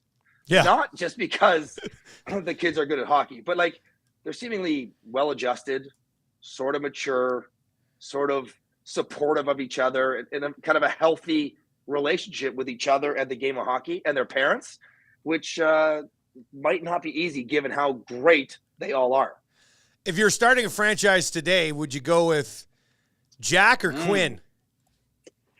And nothing against Luke, I go Jack. But you go Jack? Right. Yeah. I think I go Jack, a little bit younger. He's a top 10 player in the NHL already. Yeah. Quinn Hughes is a top 5 defender, but I think Jack will get 100 points the next 10 years. Quinn might be 65 points and amazing and a captain, and I want him. But if I had to take one or the other, I think I'd probably take Jack. And before I let you go, Minnesota Wild have won 4 in a row. Coach the fix there. Is this the Wild team that we expected, or is it just that classic new coach bump for a week? So a couple thoughts. One, Dean Evason's watching this going, what the hell is this? I know. Hey, Where was this? Yeah. Like, you don't think he told them to kill penalties? You don't think he told Matt Boldy to score goals? Like, he did all this, and all of a sudden he's gone and they do it. So not a great sign for any coach on a hot seat that Edmonton new coach playing better. Minnesota new coach playing better. So if you're on the hot seat, not good. But so I think it's mostly just new coach bump. Yeah. Just energy and sort of fresh start. And the penalty kill is the one area that was terrible under Evason this year. Has gotten way better under Hines. Maybe that's actual coaching. But other than that, I think it's mostly just fresh start, better team than they were playing. But seriously, Dean Evason will be watching this going, this sucks. Like, these guys are brutal, what they're doing to me. What a bunch of jerks. Unbelievable. As always, MJ, good catching up to you, man. We'll chat next week. All right, boys. Have a good weekend. There you go. That is Mike Johnson.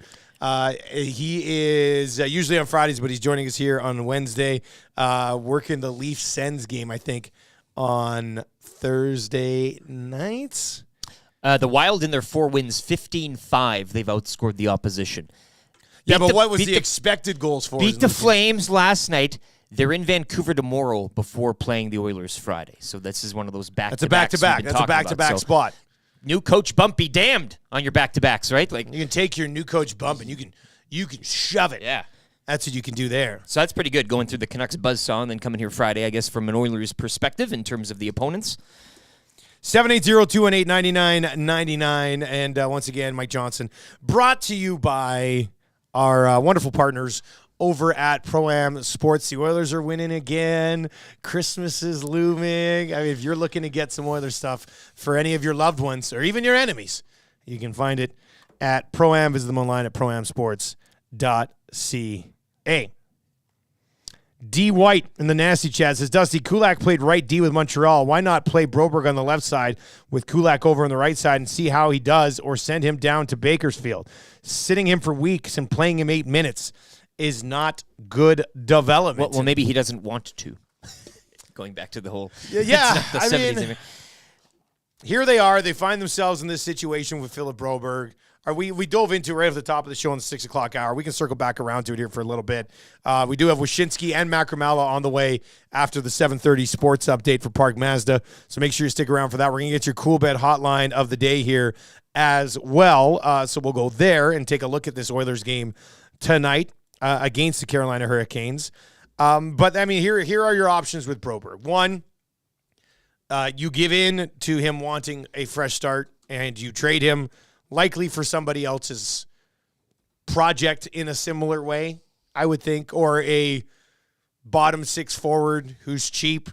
But you at least got to try to give the fans, be like, actually, we're gonna develop this guy instead. Yeah, you know, nice. Broberg's moved on. Yeah. We're gonna develop this guy who's also a former first round pick, and it might just not have worked over there, and he needs a fresh start. As opposed to, hey, we're trading Broberg for a guy that makes $860,000 and will take Sam Gagne's spot as your 13th forward. Like, you can't.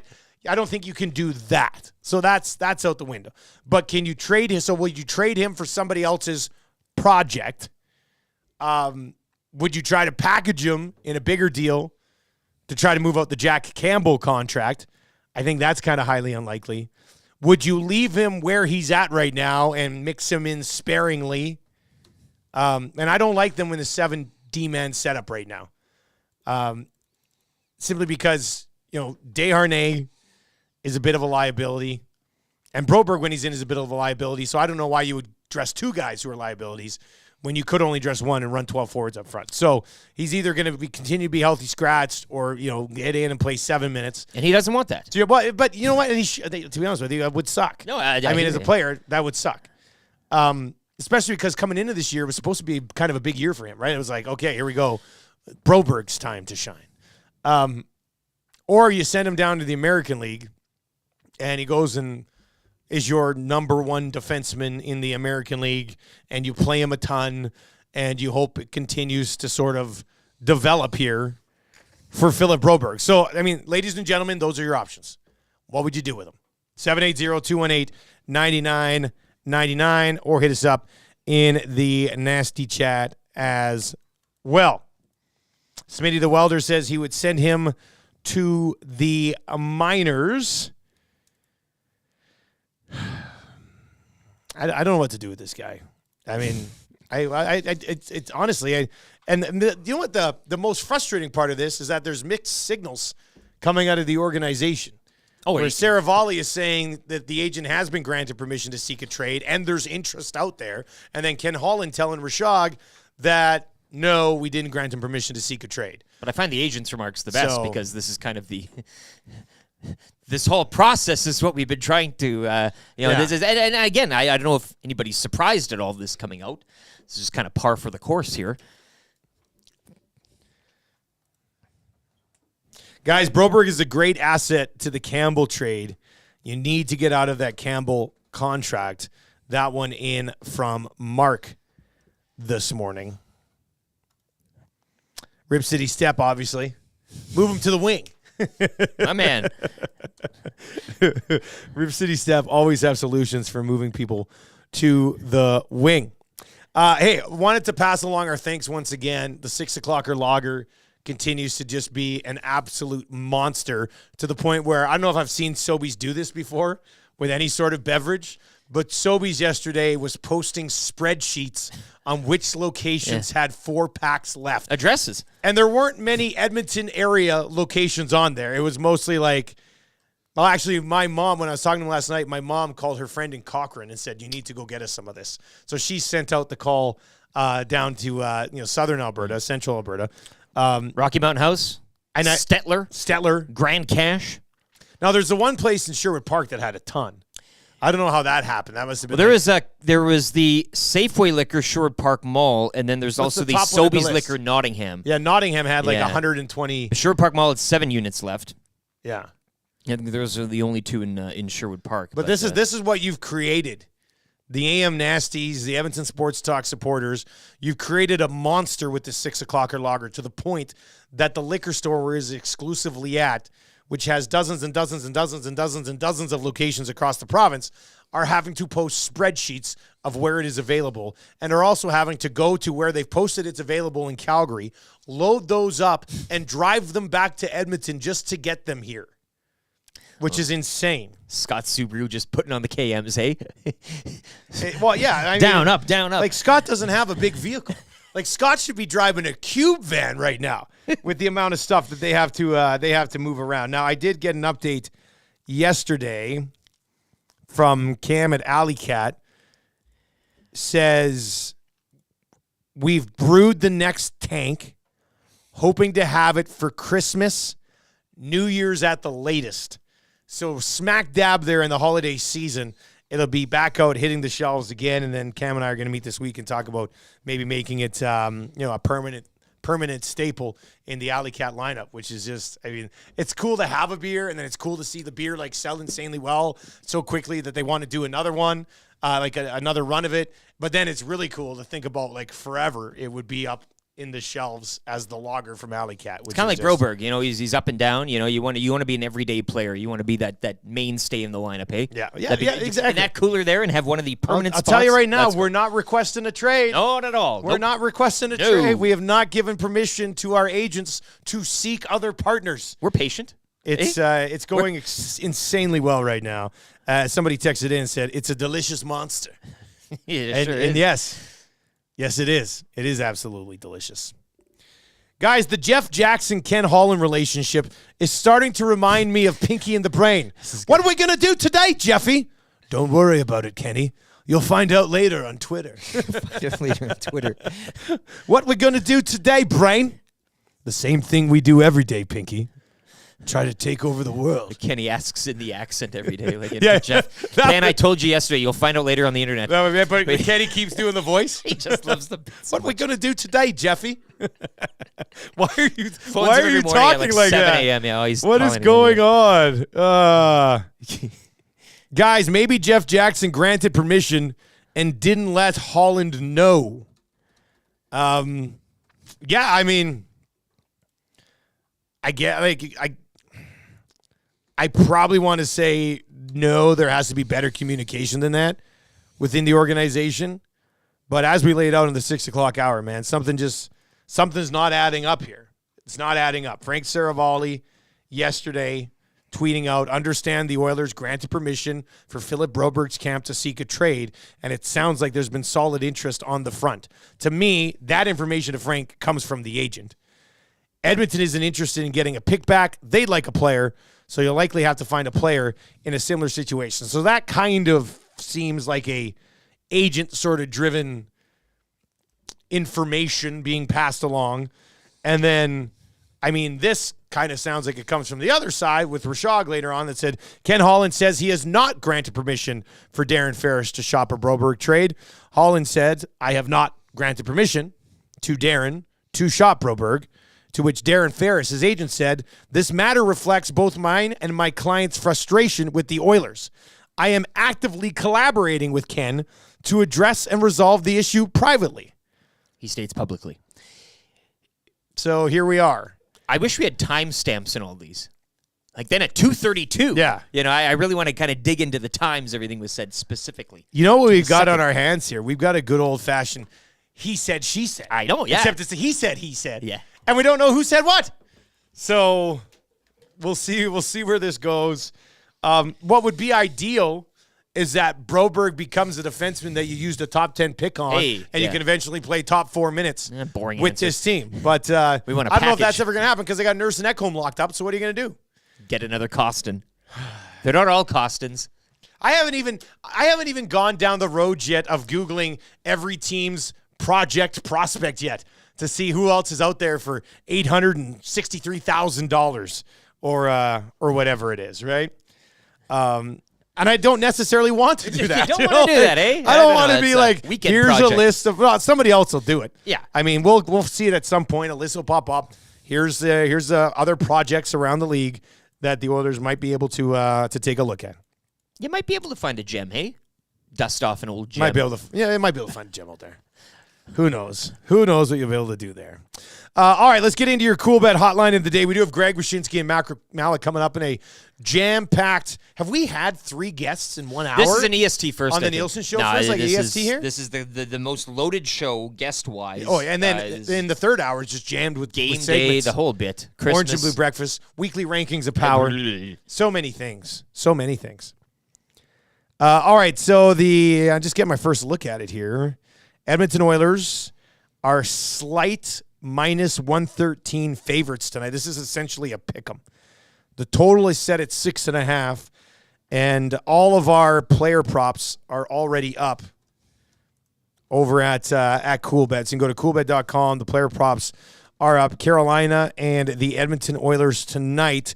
We will build an EST parlay. If you have anything you want us to kind of get in here, do you like McDavid for a couple of points tonight? I like a slightly rested Connor McDavid. You're going to go on the Canadian Walk of Fame and not come out with 2 points tonight? Come on. That's got to be happening, usually right? these Like, post-Walk of Fame games are where you really announce yourself. Like, this is the if you go back and track. well, he's made it now. Yeah. Unless he lets up now the rest of his career because he's already got his star or whatever go it either is way, I on the guess, Canadian Walk of Fame. That'd be a real letdown. What happened to McDavid? Well, he just was never the same after he got on the Canadian Walk of Fame. Bow tie was too tight. That's a tough one. Dooffish P says 4-2, Canes, empty net goal. Are we feeling an under in this one? I don't know. Both of these teams are so good in expected goals for. That right? 4-2 is already sent in as well. That's the second 4-2 of the morning for the. I want to. Well, you know what? We're going to move this total down to over 5.5 if we're throwing it into a parlay. So, I mean, Trev, YouTube Trev, are you? What do we call you? Captain. Hunch? Captain Hunch. Hunch? Let's go to Captain Hunch. Oh, gosh. Do you have a hunch here on the 6.5? Would you take? Do you think it's going to be a high-scoring game tonight? Yeah, I think both games last year were high scoring. The game this year was pretty high scoring. So tonight, I think it's going to be high scoring. All right, we'll move that total down to 5.5 because we're going to throw it in a parlay. If you want to play the 5.5 straight up, it's 206 minus 206. But if we throw it into a parlay, so we go over 5.5. We could stay away from an Oilers money line play tonight if we really want this bad boy to hit. Like we can stack in some player props here. So over 5.5. What is McDavid 2 points play? Right, that can't still be paying. It is paying plus money. Do it. Plus 113. You know, that'll be your cool bet hotline of the day. Let's go cool bet hotline of the day. Connor McDavid, 2 points. He's been red hot. We'll go 2 points for Connor McDavid. Over 1.5, it's plus 113. I don't know why I'm pointing at the screen so adamantly. But your cool bet hotline of the day, Connor McDavid, over 1.5 points. We're going to throw that into the parlay here. We're going to take the over 5.5 in the parlay as well. Who else? Who do you pick somebody for a point tonight, Rick? Who do you like? Bouchard, Hyman. Don't say Draisaitl. We'd have to go 2 for him. You could say Draisaitl goal. Evander Kane is minus 140 for a point right now. Carolina's PK isn't that great. Okay. Maybe Bouchard for a point. You like Bouchard? Maybe a Bouchard. Bouchard point. Okay, so let's throw a Bouchard point in there. And what else can we mix in here for fun? Let's take a look at some player shots. How did Jesperi Kotkaniemi get on this board? Hey, no. Unbelievable. We got shot totals here. We got McDavid over 2.5. We got Draisaitl over 2.5. Let's take Draisaitl over 2.5 shots. I love that. Draisaitl over 2.5 shots, and it's minus 118. Oh, baby. All right, so there's your parlay. We're going over 5.5. We're going McDavid with 2 points. We're going Bouchard with a point, and we're going Draisaitl over 2.5 shots tonight at minus 118. That'll be an EST exclusive. You'll be able to find that bad boy in the CoolBet exclusives page at coolbet.com. We'll revisit it on the lock shop today as well, and I'll text the boys and make sure we can get that up. Over 5.5 tonight. McDavid 2+ points, Bouchard point, and Draisaitl over 2.5 shots. So we will get into that as we continue to work our way through the show. Let's get to a sports update for Park Mazda. When we come back, Greg Wyshynski from ESPN is going to join us, and Eric Macala, your EST legal analyst, on the pursuit of Shohei Ohtani. We'll go there around 7:45 this morning.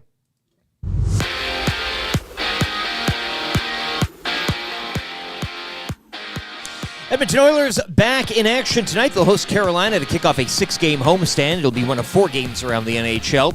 Action last night saw the Kings improve to a perfect 10-0 on the road, following a 4-3 overtime win over the Blue Jackets. Wild have won 4 in a row. They knock off the Flames 5-2, and the Devils get past the Canucks 6-5 out in Vancouver. You can join Tom Gazzoli tonight for the Oil Stream pre- and post-game shows, as he'll get you set for Oilers and Hurricanes and recap the game for you. Coverage beginning at 6 tonight right here on Edmonton Sports Talk. LeBron James, 31 points. Lakers advancing to the in-season tournament semifinals, defeating the Suns 106-103. Bucks also advancing. They defeat the Knicks 146-122. Semifinal action goes tomorrow. Raptors are back on the court tonight. They'll host the Heat. And Captain Christine Sinclair helping Canada to a win in her international swan song last night. She helped set up the goal in a 1-0 victory over Australia in a friendly. The 40-year-old from Burnaby leaves the game as the highest international goal scorer with 190 goals. Sports Update brought to you by the great staff at Park Mazda and Mitch Lewicki. The problem Mitch has with selling cars in the winter is that it generally takes place in the winter. Hi there. If you're like me, you like to picture yourself in luxury, even though there's absolutely no way you could afford it. And if you can, well, even better. Thankfully, I picture myself in something that is luxury, but still absolutely affordable, like the all-new Mazda CX-90 from Park Mazda. With the new luxury features like facial recognition settings and quilted detail Napa leather seating, I can pretend to be comfortable with all of my proper settings activated without even touching a button, thanks to Mitch Lewicki and the great staff at Park Mazda. I like to picture Mitch Lewicki in a tuxedo t-shirt because it says, like, he wants to be formal, but he's also here to party too. Park Mazda, your dealer for life in Sherwood Park off Y Road, parkmazda.ca. The Nielson Show featuring Lieutenant Eric. Only on Edmonton Sports Talk.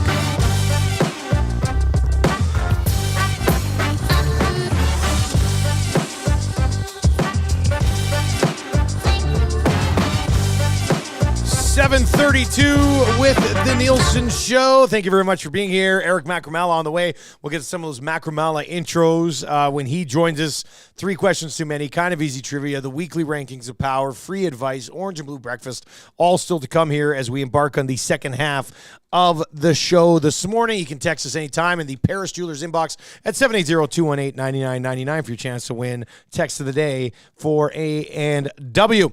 All right, let's bring in Greg Wyshynski from ESPN, brought to you by Metal Supermarkets, your convenience stores for metal. Any metal, cut to size, ready fast. Greg Wyshynski, good morning, sir. How are you doing?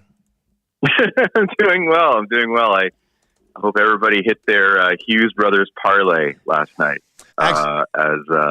That was easy. That was easy money that they were all going to at least get a point last night. You know what worked out really well for us? Our partners over at CoolBet had an exclusive up last night that was Jack Hughes goal, Quinn Hughes assist, and Luke Hughes point at plus 575. And oh wow! Sure enough, it came through. So that one worked out. That one worked out really well. What'd you think? What'd you think of the Hughes Bowl? Like a high-scoring, fun affair. I think people have to be pretty happy with it. Yeah, I mean, I'm happy for everybody who tuned in and saw the New Jersey Devils' unique brand of defense this season to allow the game to be as exciting as it was in the third period. I think it's actually been one of the more underreported stories in the league in the last week that the Devils lost Dougie Hamilton to a torn pec, and he's probably going to be out for months. Like, it's kind of amazing that you have this team that, you know, made the playoffs, won a round, has been trying to find its footing again, has arguably one of the, you know, top 5 most popular players in the league in Jack Hughes. And the fact that they've lost their best veteran defenseman and are trying to replace him with the second overall pick from a couple of years ago, which seemed to be a pretty big story, but for whatever reason, that's sort of flown under the radar. But, you know, Dougie's out. Simone Nemec came up from the AHL, played his first NHL game the other day, played last night. And as I noted on Twitter last night after the game, Nemec played over 21 minutes last night, including close to 3 minutes on the penalty kill. Played more minutes than Luke Hughes played in that game last night. So they're throwing him right into the fray, and he's responding pretty well. And it's an interesting story to follow in the sense that this Dougie Hamilton thing could maybe open the door to the next great young defenseman on that Devils blue line. Well, how ridiculous is it that the Devils can roll? And I know you talked about defending being a problem, and their goals against would allude to that. But when you have Nemec and Luke Hughes on your blue line for the future, man, like that's ridiculous. Yeah, but like you said, neither of them can strap on the pads. That's really the problem. It's like, there's other parts of the team that are kind of thin. But you're right. I mean, it's like when we see teams like the Devils, and they win around in the playoffs, they lose obviously the following round to Carolina. There's always this discussion of what does their window to win look like? And I said last season that given the age of these players, given the contract status of players like Hischier and Hughes, Jack Hughes, they don't have a window. They have a barn door open. Like they're going to be good for a long time. They're going to have a ton of chances to try to win. They're so young and they're so talented, and they're talented in the right areas. But again, it comes back to the fact that it's amazing that both Ilya Samsonov and Vitek Vanacek were great last year after leaving the Capitals. Now they both stink. And Akira Schmid's okay, but I don't think you can really rely on him to be your number one, 65 games a year guy. So the Devils have to figure out something in goal if they're going to really turn the corner into a cup contender, because I don't think what's there right now is sufficient. And I certainly don't think they're playing as well defensively in front of that goaltending as they were last season. Greg Wyshynski with us here on the Nielson Show this morning. The Edmonton Oilers have not played in 5 days. They'll get in action tonight against the Carolina Hurricanes. We'll get to the Hurricanes in a second. We thought here at Edmonton we might go 5 days without any sort of controversy, and then the Broberg situation pops up yesterday. Do you happen to have a list over at ESPN of other teams' projects that the Oilers might be able to flip Broberg for, or how do you see this playing out? I don't, but when I saw that, I'm like, join the club. It seems like for whatever reason in the last couple of weeks, we've heard more defensemen being potentially available, whether it's because of the sort of implosion of the Calgary Flames, whether it's the Tyson Barrie situation in Nashville, where hilariously they congratulated him on scoring, I think it was 1,000 games or 500 points or something last night. They put out a tweet, and I'm just like, that's awkward. Guy wants out, and you've got to kind of celebrate his achievement. It's when I saw the Broberg news, I'm like, join the club. I mean, it seems like there's a ton of defensemen right now that are either on the market or the gears are turning on trying to get somebody to acquire them. I think injuries have also factored in. The fact that the Leafs are going to have some cap space and some need on the blue line obviously fuels a lot of rumors about defensemen. So that was my first reaction, is like he's jumping into a crowded pool. As far as Carolina goes, with what we're going to see tonight, is this kind of the same Carolina team that we've seen the last few years that dominates possession, does really well in the regular season, and then I guess should we start to expect them to do any differently in the postseason? Like, should we just see the same Canes again tonight, who are a regular season nightmare? No, they're leaky. Like dominates possession, absolutely. Plays that physical Rod Brindamore style, absolutely. Has the worst save percentage in the NHL, even worse than the aforementioned Devils and in the Oilers, who are 30th. Yes, the Carolina Hurricanes currently have an .870 team save percentage. Part of that obviously is the the health of Freddie Anderson and his availability this year. But that's been a problem for them throughout the season, and it's not typically something that you see from the Hurricanes, given how well they usually play in front of their goalies. So, they're good. They're still the Hurricanes. It's still the collection that you intend to see, with them rolling lines and having depth and all that stuff. But, they're 18th right now in goals against per game, and that is not necessarily something that you expect to see from the Hurricanes. Greg, just switching gears a bit, the NHL first on the scene in Vegas when it comes to the top 4 leagues, and now first on the scene in the Sphere, it looks like, with the 2024 draft going to be held Vegas June 28, 29. The last of the, all the teams on the floor type of draft. How are you going to be covering this one, man? I know you're probably going to be excited for this, but your thoughts on the Sphere and the NHL's love affair again with Vegas being rebooted with the draft going to the Sphere? Well, like everyone else, I'll be drunk, and probably now that it's in the Sphere, I'll also be high, so I can really take in the experience. But no, I mean it's. Listen, out of all the events the NHL could have in the Sphere, this is not the one I put there, right? I mean, like, I don't quite understand the novelty of using the Sphere to highlight that the Dallas Stars took someone from Oshawa 26th overall. Like, I feel like this is something better reserved for U2 or Daft Punk if they were still together. But hey, listen, it's going to add some novelty to an event that after the first 7 or 8 picks can kind of get a little tedious. I don't quite know how it lends itself to the other part of the draft fun, which is the trades and seeing who's talking to who. Like I do hope that they utilize the Sphere to show us a conversation between Ken Holland and Rob Blake blown up to the size of a skyscraper on the side. I can't really wrap my brain around it, but honestly, like, if they're going to blow this thing out last year that we all get together and do the draft, why not do it that way? That's fine. I mean, it's going to be what it is. Before I let you go, let me ask you this, and I think this is a question I've probably asked you about 6 times over the last 10 years having you on the show, but the Coyotes search for a home. Do you think they're finally onto something down there? Well, they had a letter of intent for a parcel of land in Tempe, and then Craig Morgan, who is the only reporter you should really be following on any of this stuff, reported that they've been looking at an area around Phoenix, which in a wild twist would also make it, I think he said, the same kind of commute that people had getting out to Glendale they'd have to get to the Phoenix arena, but it would put them a little bit closer to where their fans are. Look, the Coyotes have told me time and time again they've got a lot of irons in the fire. They're waiting to see which one is going to come to fruition. They hope that they're going to be able to present something to the NHL and the NHLPA by mid-season, maybe a little bit after that, and that's the goal. And again, the thing that makes it different this time is 2 things. One, I think the NHL's done with it. I think the NHL is like, you've got to come with something concrete, or else we're going to call up the owner of the Jazz or somebody and say, hey, we might have a hockey team for you. And then the other thing is that they've learned their lesson after the Tempe vote, and wherever they go, it's going to be a place where they're not going to need public approval of an arena. They know that's a loser. They know that the taxpayers do not want to foot the bill, A, for an arena, or B, for this team that is now notorious for not paying its bills, which is what really sunk them in Tempe. So I'm optimistic they might have something in the works. They're clearly dedicated to trying to make this thing happen. But if they don't have something that's solid this time, I mean, I think we can finally start to wonder whether or not the relocation stuff might come to pass. But again, when the sun explodes, it's going to be Twinkies, cockroaches, and the Arizona Coyotes that are left on Earth because there's just no getting rid of them. Which is great news because I love Twinkies. So that's going to be outstanding stuff. What do you got coming up over at ESPN?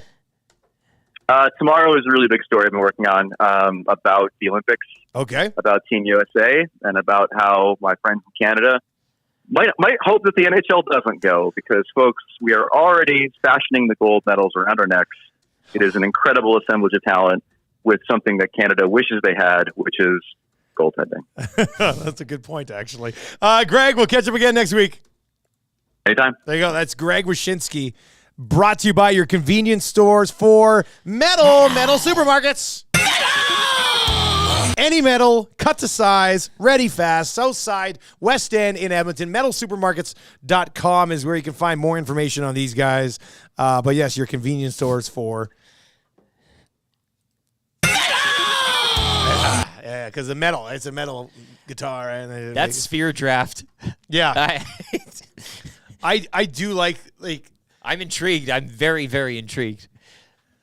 My favorite part of that conversation was the Coyotes part. The Coyotes part where he's just like, yeah, the last thing they want to do is go to a public vote. You're in an area where people constantly are saying we don't want you around. And it's like the whole Arizona market goes to Gary Bettman and is like, hey man, we don't want to see you anymore. And Gary Bettman's like, new vote coming next month. It's like firing a guy and he's like, you know what? I'll see you on Monday. It doesn't make a lot of sense. I just can't wait until they actively pay them to leave. Here, Gary, here's money. We've collected funds. Please leave. Paying him money to leave. At what point does it get to that? I think there's going to be a vote down in Arizona to actually just end the Coyotes. Like, send them somewhere. Here's the official vote. Yeah. 70% say we don't care about hockey here. Take them away. A time of death.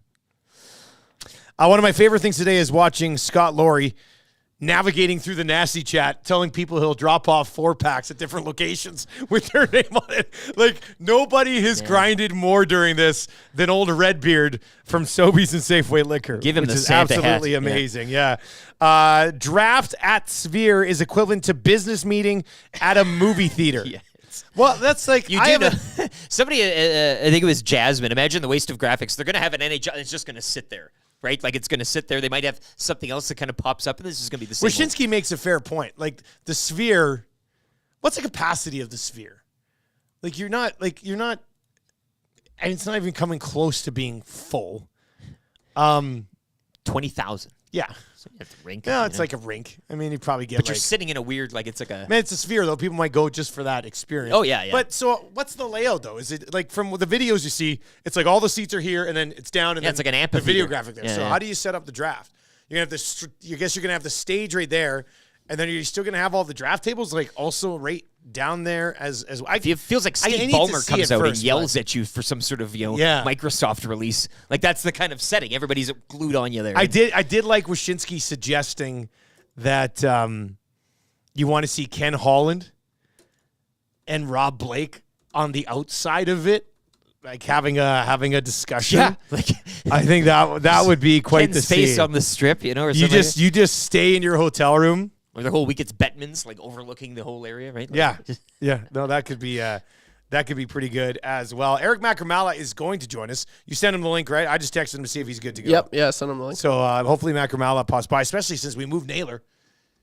Cancel Naylor because of Macamala. This is a weird situation we're in right now. Well, let's get to some Macamala intros. There have been some good ones that have rolled in so far today. EST legal analyst and guy whose orgy group demand he wear a hairnet on his back, which is gross. EST legal analyst and guy who couldn't have known that the never-ending pasta bowl at Olive Garden was essentially an irreversible pact with the devil. Eric Macamala. My kids, I mean, we love Olive Garden. We don't go there very often, but we do like it. EST legal analyst and guy who bills his clients in how many number of sleeps he worked on their case for. That actually comes in the email on the invoice. Number of sleeps worked, 12. Invoice number, $150,000. Deep rim. EST legal analyst and guy who always picks out one person to maintain full eye contact with in the gym shower, which is good. Give me a Naylor Macramel intro, hey? Just Yeah, because that the would be whole good. guest thing, I incorporate him in it. EST legal analyst and guy who got so excited that he got to use his favorite John Wick line after his courtroom suspension was over that he wet his pants and passed out in the juror's box. Eric Macamala, which is a pretty good one. Is where he joins us from as this well. morning. Yes, that's right. Yeah, one day I feel like somewhere down the road, our next guest, Eric Macamala, brought to you by Park Mazda, will join us from prison. I don't know if he's there visiting a client or he's actually behind bars. But Macamala, don't you sense Conjugal. that's where this is trending? I feel as though if I went to prison, first I make a lot of new friends. Yeah. But I feel like I could work on my appeal and do so rather effectively. Oh, yeah. Okay. On my smash hit show Offside, I often say, look, because my show is massive among the prison population. They play it on the speakers that we've seen in the movies. It's like a night. It's like, it's Offside night. Like, let's all get together. Yeah. Like if you listen closely and watch closely, the smash hit movie Shawshank, which is on right now somewhere, you'll hear my show in the background playing. That's how powerful the show is. And but I do tell those that are in prison who use my show to work on their appeal, I encourage it, unless, of course, they're guilty, in which case they need to stop it right away because they scare the hell out of me. But I logged on a bit late, so I only caught a little bit of the intros, which are obviously the best. You have the best listeners in the world. But I caught something about bedwetting. There's nothing wrong with that, right? I mean, why do you need to go to the bathroom? Somebody Like, should design a bed you can just piss in. It's warm, and it goes out a drain, and you can just continue to sleep. They have. It's called a bed. Eric Macamala with us. Eric is shaved. On the show this Eric, morning. you've shaved. He Again, did shave, yeah. Clean cheeks December, baby. Clean cheeks December. Why not? Yeah, Slap send me that money cheek. today. I don't know if I'm on board with this. First, where the hell's my hat? Second thing we gotta is, send him a hat. you do look more like Kenny G now, actually, because you don't have facial hair. Yeah, What does he but play, the harpsichord or it something? needs to be a little more crimped, I guess. But no, I thank you. And if you crimp that a little bit, you'd be going full Weird Al Yankovic, which I got a lot of time So, for. you use the word crimp. This suggests to me your parents read to you as a child, and you're good at crossword puzzles. Am I correct? I like on both reading. of Yeah, no, Sudoku. You like reading? Reading and the Oh, Sudoku. sorry, man. the You Sudoku like puzzles. reading. Reading. Sorry, I like to. didn't I've mean to read. question I that. can read. I hate like reading. Listening to people read. You hate reading. I don't read, man. Like, it's that simple. Love a good book. I don't know well, the you read last time. sports, I read right? to my kids. And I read Twitter. And I mean, Twitter. that's about it. That's But you about also it. Read articles, right? You read articles on sports. The only articles I read are the ones that you write at Forbes. I guess. Well, I don't even read those. But here's the thing: is so if you didn't read or consume sports on any level, how empty would your life be? And would you need a job, really, to pay for stuff? Because I mean, if I didn't read and consume sports, I'd probably just want to play video games all day. I love video games. I never have time to play them, so I'd probably just start playing video games like crazy. what do you play? I think the listeners want to know what it is you play. Well, I like FIFA. I like the Formula One game. I like sports games. I do sports games. Okay, that's the thing. So you're back to sports. Oh, yeah, that's so what a good I point. said, if You're you right, have no sports on any level, because I play MLB The Show against my kids. We play a bit of FIFA, a bit of NBA, but MLB The Show, we have a switch. We don't have hockey. But again, remove sports entirely from your life. I'd ask you this. Apart from two kids that disappoint you on a regular basis. And they couldn't play what is sports left? anymore because sports would be removed from There's my no life. sports. No sports. You have to buy a harpsichord. To be honest with you, buddy, I don't know what I would do. That's right. That's the point I'm making, is that our lives are shallow. Well, Eric and I would always go back and work at grocery stores. We've said that. We both worked at grocery stores on the way up, and we love grocery stores. So I'd probably go try to manage a grocery store. Mandatory service. 1 year. Yeah. Would you just spend, like, would you be a guy who's like stocking the shelves? Produce. No, I would only do produce so I Produce. could juggle Yeah. again. I used to juggle a lot. In produce. Yeah, That's who's where the I guy learned with to- that's bananas where I on learned his to head? juggle. Walking Yeah, around going, "Ooh, look at exactly. me, la la la, la la la. I have bananas on my head. Eric Macramalo with us. One of the things we teased was talking about the Blue Jays' pursuit of Shohei Ohtani. And It's such a lie. Well, okay, well that's such a lie. Can you Like, he's gonna go there. Yes. He's already left one country. Think he wants to leave two countries now? Be the adult in the room here and break it to me, because it's like, oh, they're I've heard, we've seen, I read actually, they're the front runners for Ohtani. And then it's like, oh, but they're also in on Juan Soto. And I'm like, stop it with this, because all you're going to do is disappoint me when it doesn't happen. But would the Blue Jays getting Ohtani be the biggest sports acquisition in Canadian sports history? Because I can't think of anything that moves the needle. Like, the Blue Jays are also in on Babe Ruth and Ty Cobb as well. They're really going after all the biggest stars. There'll be an urn behind Shapiro's desk. So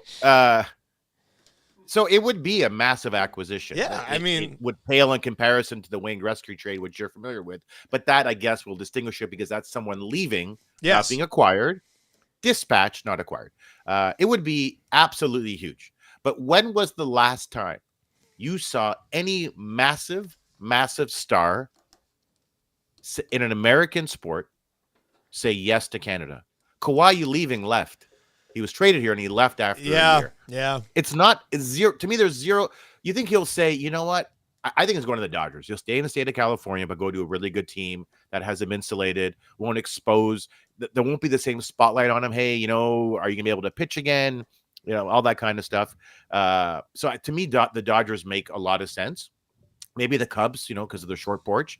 I don't see the Blue Jays having a chance in hell in getting them. But I mean, I guess there are reports about. It's not consistent with precedent. This is Canadian. You do make a good point. You make a great point, because like yesterday when we brought this up, somebody's like, "Well, what about Kawhi going to the Raptors?" And he didn't choose to go there. It was a No. trade, and he left as soon as he could. So it's like, that's right. Like they won the championship, Yeah. and he had a plane ticket in his hand, and then Yeah. the trophy in the other hand. I mean, Yeah. what did he say to his coach? He goes, "I'm going home." yeah, usually they say, where are you going after you win that? They say, I'm going to Disneyland. He goes, I'm going anywhere but here. And he leaves, So, Where are you going? Yeah. Airport. man, so you think I there's love zero that chance? There's laugh. zero. So are the Jays just being used? Sorry, that's when they check Are the into Jays gate. being used to Quiet. just You drive up the business money for class? the Dodgers, or do the Yankees come back in and go, we'll take them? Well, it's interesting because his agent is what I refer to as a weirdo. So he played for the Mariners in the minor league system, right? And then he had a terrible accident, and I think I forget what it was. It wasn't skydiving. It was something that he broke a lot of bones in his body. He was working on a construction site. Ouch. Fell down 40 feet, broke a bunch of bones, tried to come back, played with Omar Vizquel. Vizquel said had he been a switch hitter, maybe he would have played Major League Baseball. Coming from Omar Vizquel now, that has obviously a different type of meaning. So here's the thing, is that this guy has said he wants complete silence, but he seems to be controlling the narrative here. He wants information to leak. Because you and I know in this business, when information leaks, it leaks on purpose. It's There's sent a out, purpose yes. to leaking. So we're trying to generate more interest. Look, Ohtani he'd be easier to monetize him in a market like LA, I would think. But I mean, it doesn't matter. He's a global star.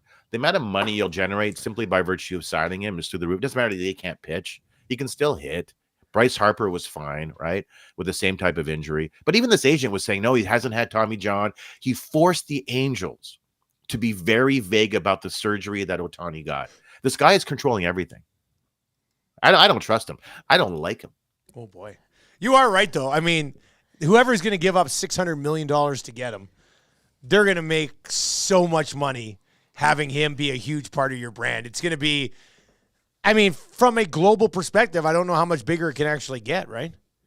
Yeah, but I guess it will I mean, if he signs with the right team, they'll find a way to market it. He plays for a really good team, then he'll be featured all the more, right? I mean, the Angels stunk, but you see Ohtani, we saw him in the World Baseball Classic. I mean, he comes in, strikes out Trout, and that was a massive, iconic moment in Japan. Baseball in Japan, for those who don't know, is hugely popular. Like, it's massively important to that culture.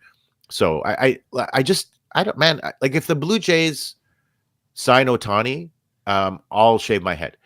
They may trade for Soto because he has no choice. Yeah. But to go there, I guess the bottom line is for the Blue Jays is there's some pressure. I mean, I've tweeted out and talked about it on my massive show that no one listens to, that Vladdy is wonderfully overrated, right? I mean, in every meaningful offensive and defensive category, when you drill down, look at the data, he's a middling player.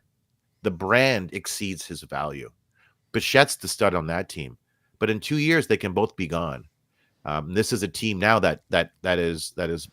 So that's why the pressure's getting cranked pitching. up right now in Toronto, right? Like, that's why you see I think so, because we know they can pitch. The Blue Jays have among the best pitching in Major League Baseball, but they can't hit. Why? Because of the guy. Like, you acquired Varsho. I think I told you. Someone asked me, "What? Like, who is he?" I go, "He's like a 220 hitter. What did he hit this year? 220. Yeah. This is who he is. Yeah, he can catch a ball good. You can't drive in any runs. How many playoff games or how many games did they lose because they couldn't score runs? Right? Okay, so what would you think of the pursuit of Soto then as the B plan, considering we're going to be going through this free agency thing with him next year, so it's almost like a Kawhi thing where, yeah, you get him for a year, but as soon as he can leave, he's probably out of there.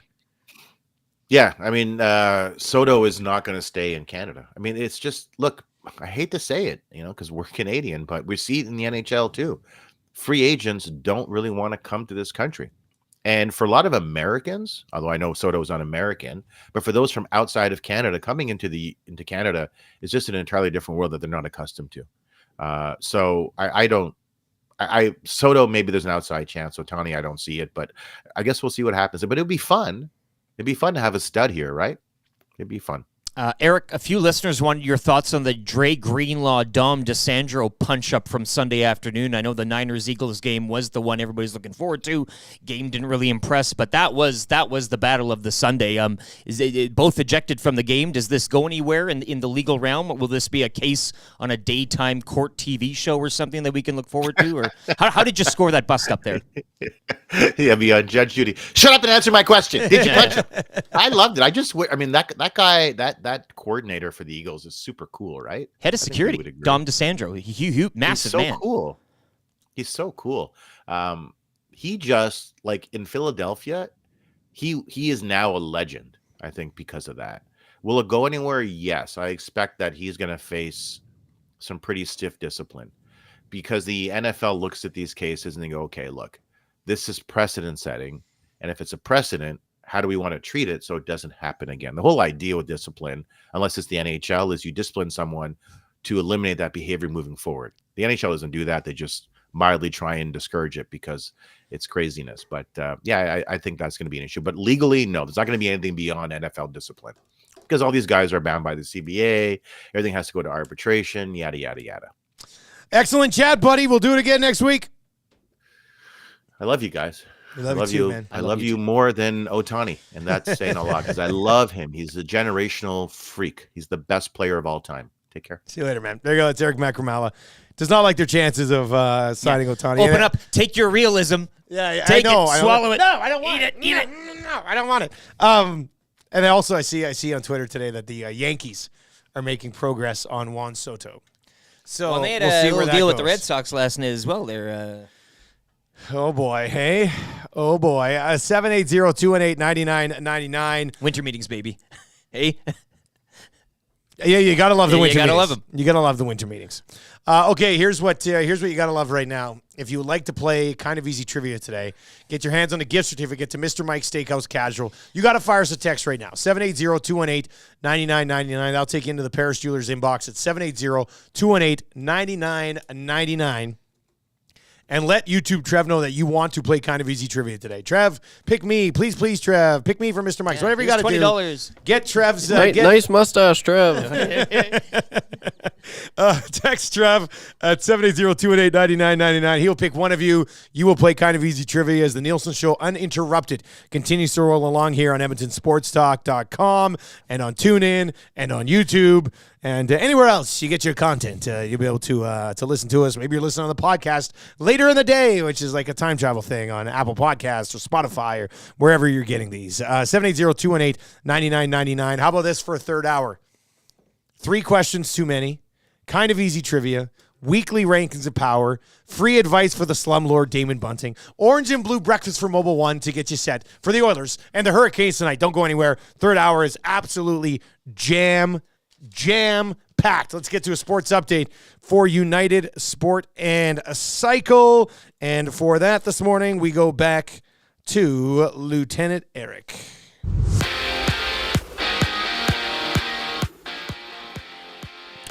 Edmonton Oilers back in action tonight. Back home as well, kicking off a 6-game homestand against Carolina. It's one of 4 games around the NHL tonight. You can join Tom Gazzola.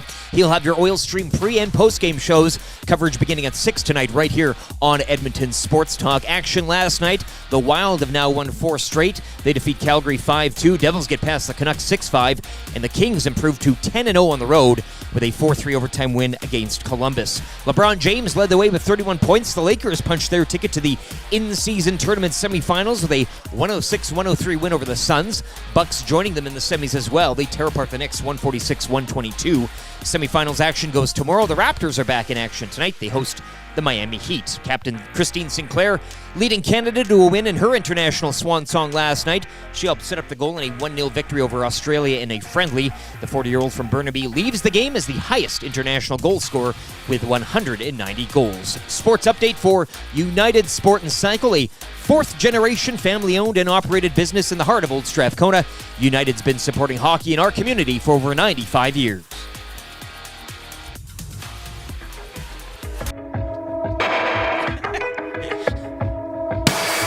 I've got something under my skin, and the itch won't go away. It's my original sin. The poison that I crave. Come along for the ride. I'd make you feel better. Cut the rope that I tied, but then I broke my skin again. You got me fiending for that first high, but the feeling's not the same.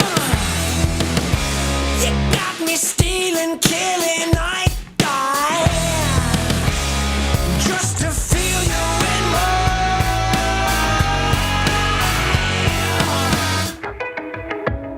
veins. Thank you to the boys, Waylon the Wolf, your EST house band, as they wait in the closet for us to open up the door every single day, and then they play their great music. That one's Veins. Find Waylon Wolf on Spotify. You will love them. Nasty Chat cruising along. These are not French fry wrappers, just so you know, if everybody's just tuning in. I mean, They look delicious. I wish they were. I get the taste on my lips. But these are the packs inside the advent calendar from Wayne Sports Cards, in which, if you just joined us today, you missed something miraculous earlier in the show. Eric and I had 2 packs. Different packs. Different years, different sets.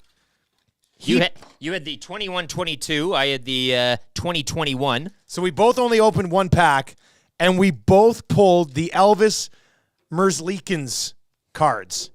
I don't know what it means, but this is a goalie that everybody's talking about, and we pulled 2 of his cards today in 2 packs. Yarmo line 1. Which is just insane. Yeah, give somebody, Holland or Jack, whoever a call. This is the sign. And pull the trigger on a deal here. Pull the trigger on a deal. You heard it here first, though, right? We had it. We had it. It's basically a done deal, I guess. Because that's bizarre that we pulled tarot crack like packs. We're now reading cards every morning. That's creepy stuff right there. Creepy stuff. All right, so like I said, jam-packed third hour here. We're going to get to 3 questions too many. We are going to get to the Lieutenant Eric weekly rankings of power for United Sport and Cycle. Power. Free advice for local slumlord Damon Bunting. And the Orange and Blue Breakfast, Oilers and Hurricanes tonight.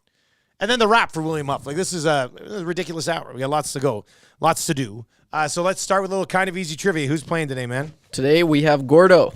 Gordo is going to play today, and he's looking to get his hands on a gift certificate from Mr. Mike's Steakhouse Casual, the casualest place ever in the Hampton Inn on the corner of 137th Ave and Mark Messier Trail. The sirloin bites are to die for. They also have a location in Fort Sask now as well. And who went to Mr. Mike's yesterday? Took down a whole plate by myself and a big glass of beer. So you went and had lunch there when you picked up those GCs, Yeah, right? like a brunch. Okay, that's like nice. Like an appy. Like not a full plate. Did you actually do sirloin bites? Yeah. Oh yeah. God. I didn't do anything else. Oh, unbelievable. Yeah. I didn't know. I knew you had a beer. I didn't know you did the sirloin Straight bites. up, yeah. Ate them at my leisure. It was nice. Sat at the bar, you know. Oh, yeah. And as I told you That's great. That's today, a great that day. Mr. Mike's location feels like you're on a vacation. Because it's built into Because that it's to hotel. that hotel. You're like, and oh, you're what do out you mean? kind of in that north area where it's kind of underdeveloped, and you're like, this could be Edson. Is there a pool in that hotel? It'd be cool to just pretend you're there and hit Mr. Mike's and go hit the pool. Who's to say you could probably just go in there? And go That's for what I a mean. dip. Yeah, that's what I mean. Bring That'd your be flip flops and. That sounds like a lot of fun, actually. All right, let's go to Gordo. He is going to play kind of easy trivia today. Gordo, you ready to roll? Yeah, ready to go. All right, here we go. I'll start the ticker. I have to read the first question. Good luck. You need 3. Who do the Oilers play tonight? Hurricanes. Name 1 player on the Hurricanes. Ranta. What sport does Anthony Davis play? Basketball. Is Shohei Ohtani from Japan or Drumheller? Japan. Which Canadian soccer legend wrapped up their career last night? Eric Macala. Orgy jokes are overrated. What a deep pull.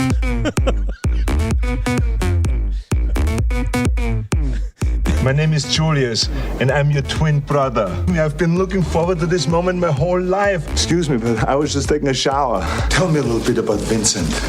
Was he a great athlete? Was he interested in chess and poetry? My name is Julius. My name is Julius. My name is Julius. You cannot come to my house. No, not today. You cannot come to my house. No, not today. There you go. That is your Club Beat Loop remix for today. Did he say Eric Macamala orgy jokes are overrated? I like it. Strong take. When you have it already wrapped up, you can make a statement with the fifth answer. I mean, we've seen it for years. All it's going to lead to is more text messages about Macamala intros and orgies. So I don't think it's really going to help much. But we've seen it for a long time.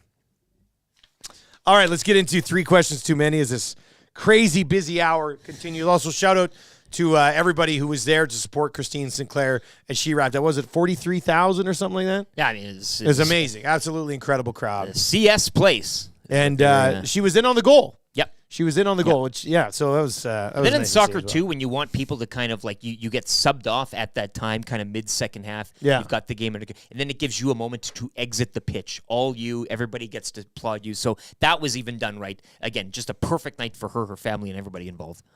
All right, 3 questions too many. Lieutenant Eric, do you have a liner for the segments? 3 questions too many, brought to you by the great staff at Park Mazda and their dealer principal, Mitch Lewicki, who would pay $195 to meet Youppi. Park Mazda, your dealer for life. Didn't really get to Macamala on that one. But, Wait, say this again? Habs fans attending games at the Bell Center can ensure they get a personalized visit at their seat from team mascot Youppi, as long as they're willing to pay nearly $200. What the hell's that about? $200. Why and would you pay? Youppi could come to your seat and, rub your You'd head. probably take a selfie with him. Yeah. $200? $200 to see the mascot. To have the mascot come to your seat? I mean, it's a hell of a racket. Yeah, we'd like to see the mascot come to our seat. Okay, well that'll be $200.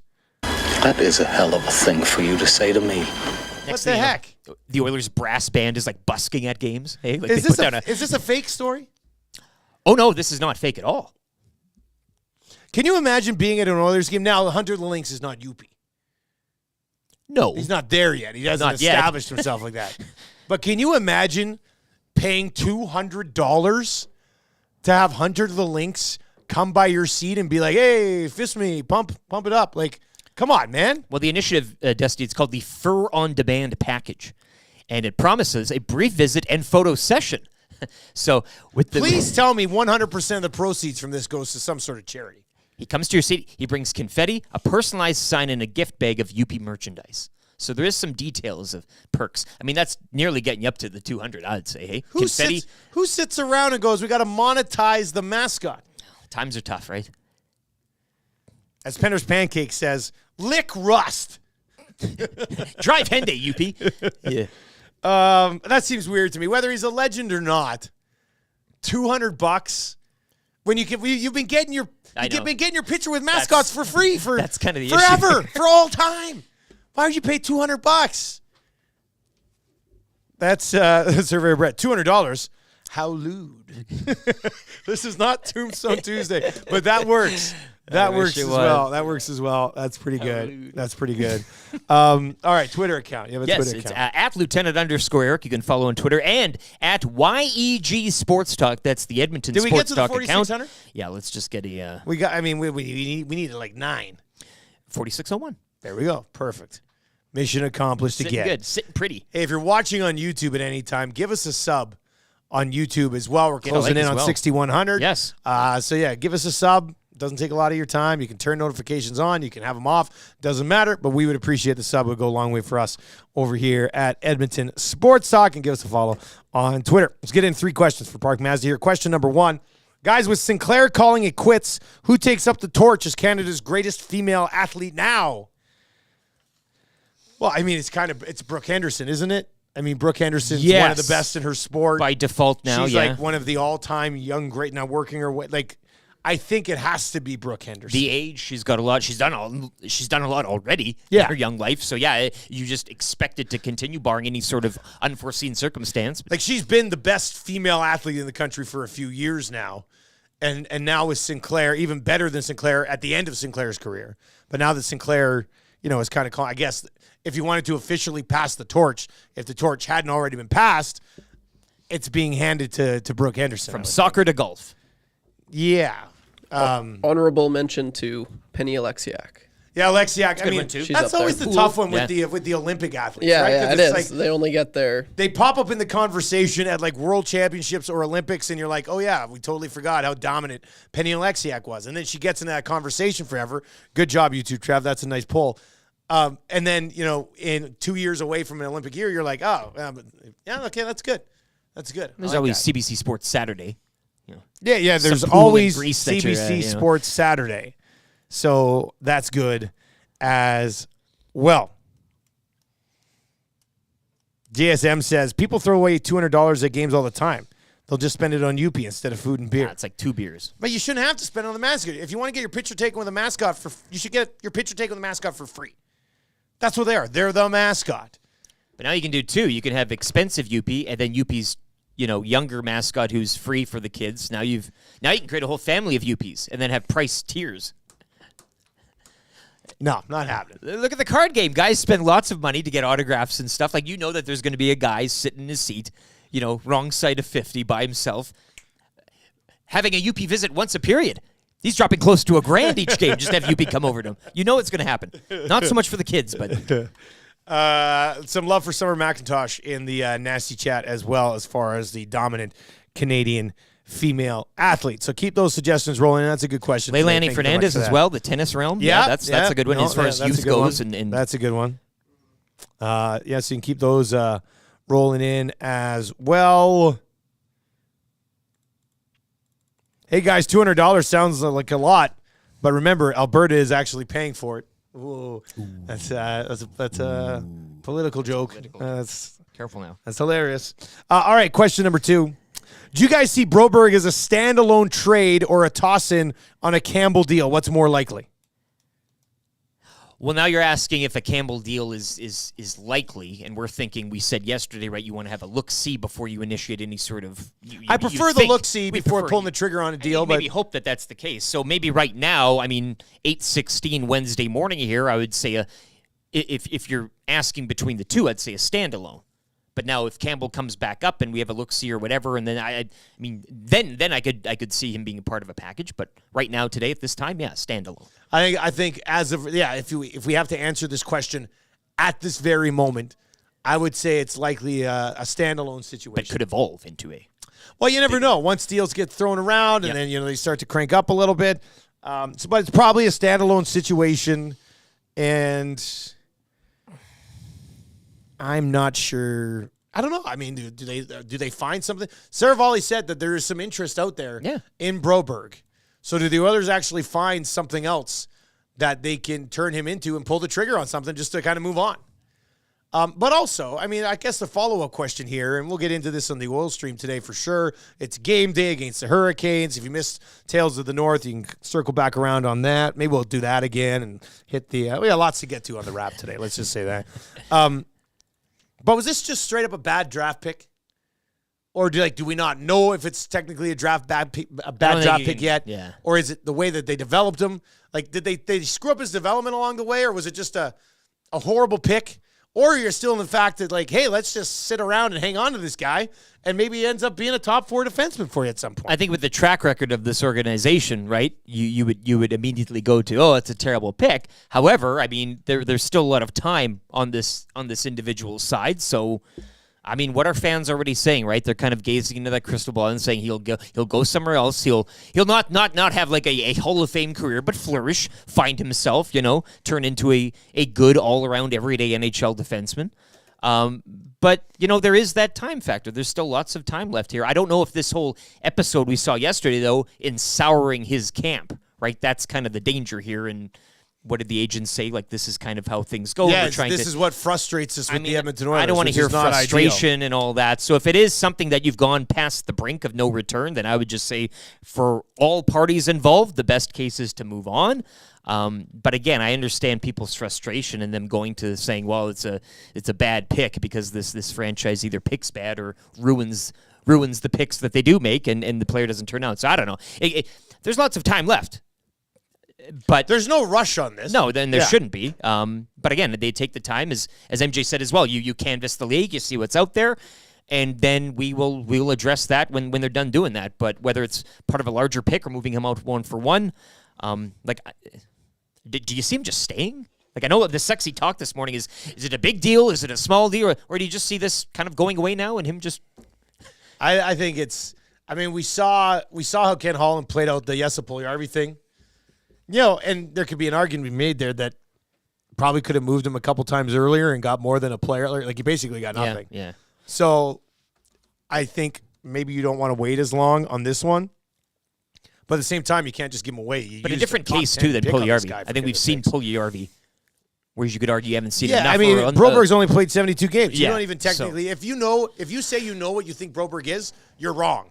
Because none of us know what Broberg is. He's played minimal ice time in just over 70 NHL games. We don't know who he is. Has he made mistakes? Yeah, he makes mistakes. You know why? Because rookies make mistakes. And he's been filtered in as a rookie for the last few years. So we don't know what Broberg is, which is why it's tough to move him, because other teams, like if other teams are interested in him, then you're like, okay, so we got something here. Let's continue to try to develop him the way we are as an organization is probably what they're thinking, and it might lead to nothing in the end. This text and then it says $200. Is Youppi giving lap dances? Wouldn't that be something? Kodak Black type of moment. If there was right? any city in Canada where that would be Yes. happening, Montreal would probably be the one. Getting right in the face. Montreal would probably be the one. I'm sure you throw an extra 50, slip it in Youppi's, Yeah. A little something extra here for the misses. Guys, can you please tell me, or what would you think if the organization here started charging for pitch? Well, they wouldn't do it. The Oilers know the backlash for charging for Hunter the Lynx pitcher. Like, Youppi is a legend. Like, Youppi's an all-time legend. Hunter the Lynx is not.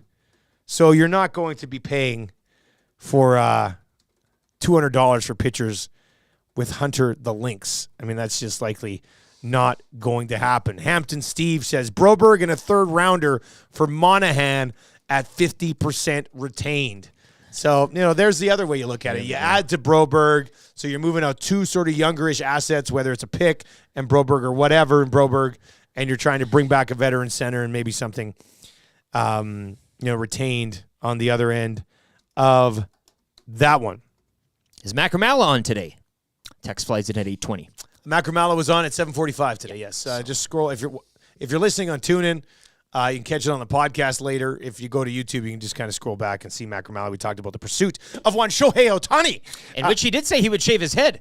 Yeah, if this he comes did. To fruition. He did, but then is he just going to wear a hat everywhere and nobody's going to see it anyway, right? Like, that's kind of what you have to wonder. So we'll see what happens with Macala if he actually ends up shaving his head. That would be quite the scene. Like, he's a lawyer. I wouldn't hold it to him because this isn't his full-time gig. We can't expect Macala to roll in to really important meetings with major companies in this country and have his head shaved bald simply because of a thing he said on our show. Like, if this was his full-time gig, I get it, but I can't hold him to that. I can't. I know. Sorry, I can't. I will. Well, then we've got an issue on our hands. We'll need an arbitrator. Let's get Macala. See what he says. That's how lawyers work, He appoints himself as an arbitrator on his own case. Surveyor Brett's time-stamped it on his Twitter thread. Of course he has. Famous quotes on EST, so that's... Of course he has. It's official now, baby. We got a third question that we're still going to get to, but the inbox is just taking a good old-fashioned pounding today. Well, you mentioned JP in the return, and people can't resist. Well, we're not getting into that today. I mean, if I'm going to go on any sort of rant today, it's going to be about how LeBron is still one of the top 5 players in the entire NBA, whatever he wants to be. So we'll get into that. Who's this? Mr. Lean. Hey, Maddie, who's our hangout today again? Jason Hills. Oh, Jason Hills. Jason Hills, Murray McCourt on the hangout today. That should be a fun one. All right, question number 3.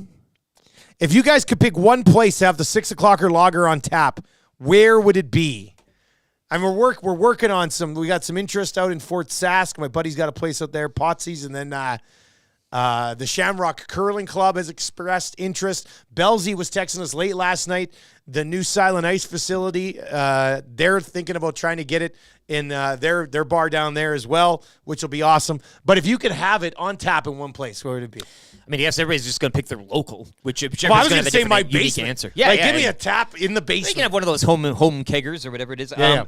Centric Casino Sports Bar Lounge, Centric Casino Fort Road, wherever it that'd be is big. game day. That's a natural. That I'm actually waiting for that to happen. I expect it to happen one of these days. That's where I'll be tomorrow night as well for the Thursday Nighter, Patriots and Steelers. Join me, $9.99 smoked brisket cheesesteak. I would also say the St. Albert Rugby Club, just as a good faith. They hosted the party. Yeah, that'd be good. Here, have a couple of kegs and a tap and get pouring that lager. I know Fergie would love that. So yeah, See, those are my two these options. are all steps here. We've made the 6 o'clocker lager the hottest beer in Edmonton. So now you start to get it on tap every once in a while. We have one or two places, and then in 5 years, in Edmonton pubs, it's on tap at all of them because people are like, "Wait, do you have the 6 o'clocker lager? I had it over here." And they're like, "No, we don't have that just yet." And then they're like, well, we better get it. People are asking for it. So anytime you go into a place, ask for the 6 o'clocker lager.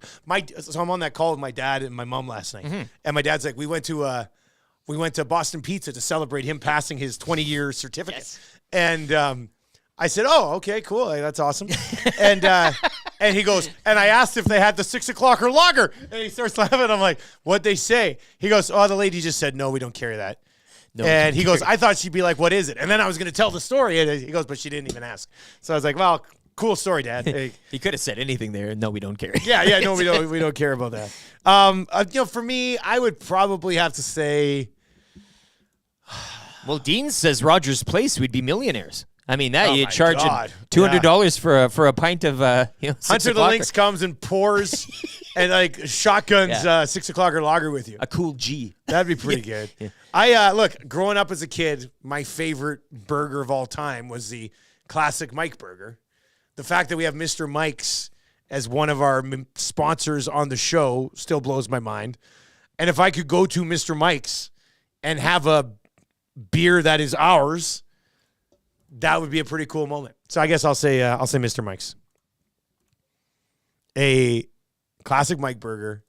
Their fries at Mr. Mike's are out of this world. They're the best fries you can get. Sirloin bites as the appetizer. As an appy, and I'll take 2 pints of the 6 o'clocker lager, please. Side salad. Damn. Let's go. If you want to get in, and this is how the Shamrock Curling Club got a hold of us, and smooth move by Gavin. I think it's Gavin over at the Shamrock Curling Club because he's like, hey, wouldn't mind getting the 6 o'clocker lager in here. I think that was Whitey's club back it in the was day. Sean White, that was Sean yeah, White's yeah, club. yeah. Love you, Whitey. We also like Dean Faithful, too. It's this weird thing we got going on with kickers right now. But he also said, hey, if you want to do an EST bond spiel, we're the club. And I was like, clever move. Because you put our beer on tap, of course we're going to do the bond spiel at your place. Like, that would just make sense. So if you do own a pub or whatever, and you'd like to get the 6 o'clocker lager on tap, you can email business@edmontonsportstalk.com or just go to our website, and there's like a big submission form. We got tons of different submissions in there, and that's how the Shamrock guys got in touch with us. And hopefully we get our beer on tap over there as well. All right.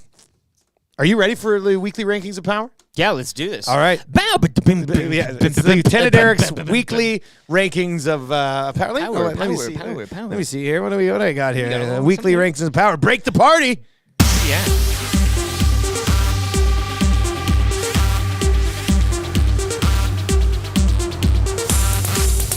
This is the one that doesn't hit it. Give it a little wait. Let's have a little patience here. You want to let it go? Yeah. All right, let's play it. I can do this. I'll take a run on this thing here.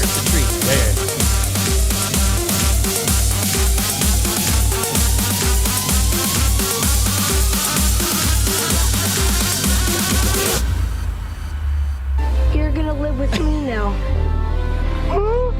Yeah, I'm gonna take care of you. Because I love you. Oh, I love you, John. Oh, I love you.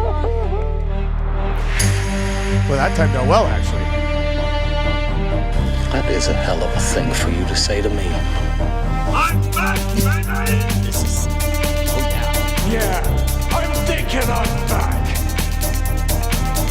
Yeah, I'm thinking I'm back. I'm back, baby! Clap your hands. Clap your hands. That is a hell of a thing for you to say to me. Clap your hands. Clap your hands. Clap your hands. Clap your hands. Clap your hands. Keep the guys alive. They got to move this along quicker, man. They just have to. It's worth the payoff.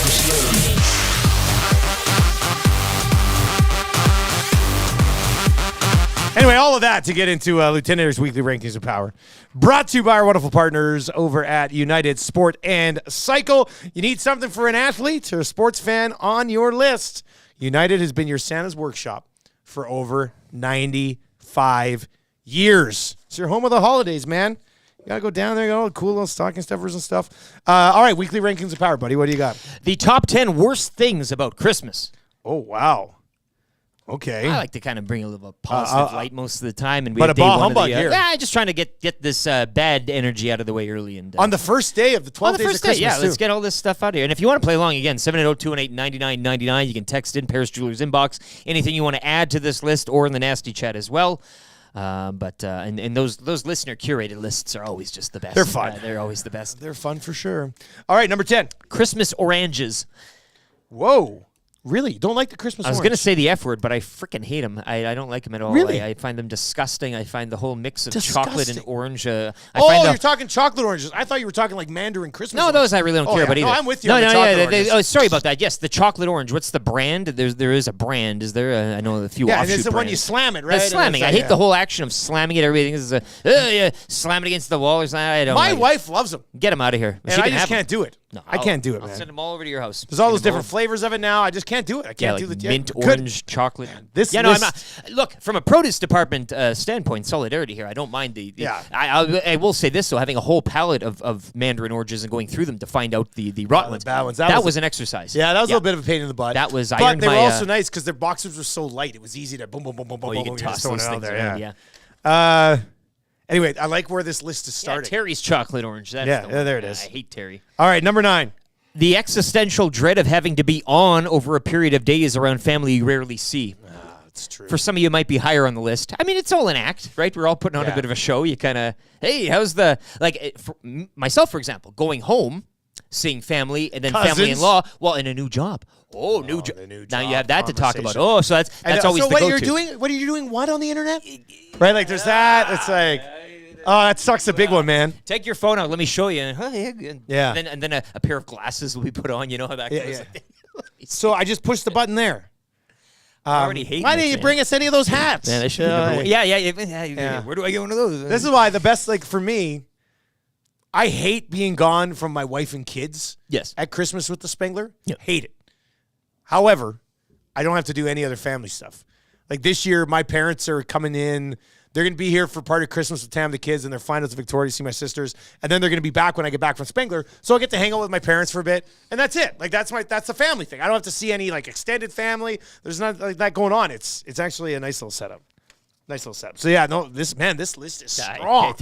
Strong. Okay, number 8. Getting your digestive tract backed up for weeks. That I mean, sucks, look, too. the 6 o'clocker lager already. I mean, we're already into the alcohol heavily. The cheese will follow as you do, right? Beer, cheese, that's the thing.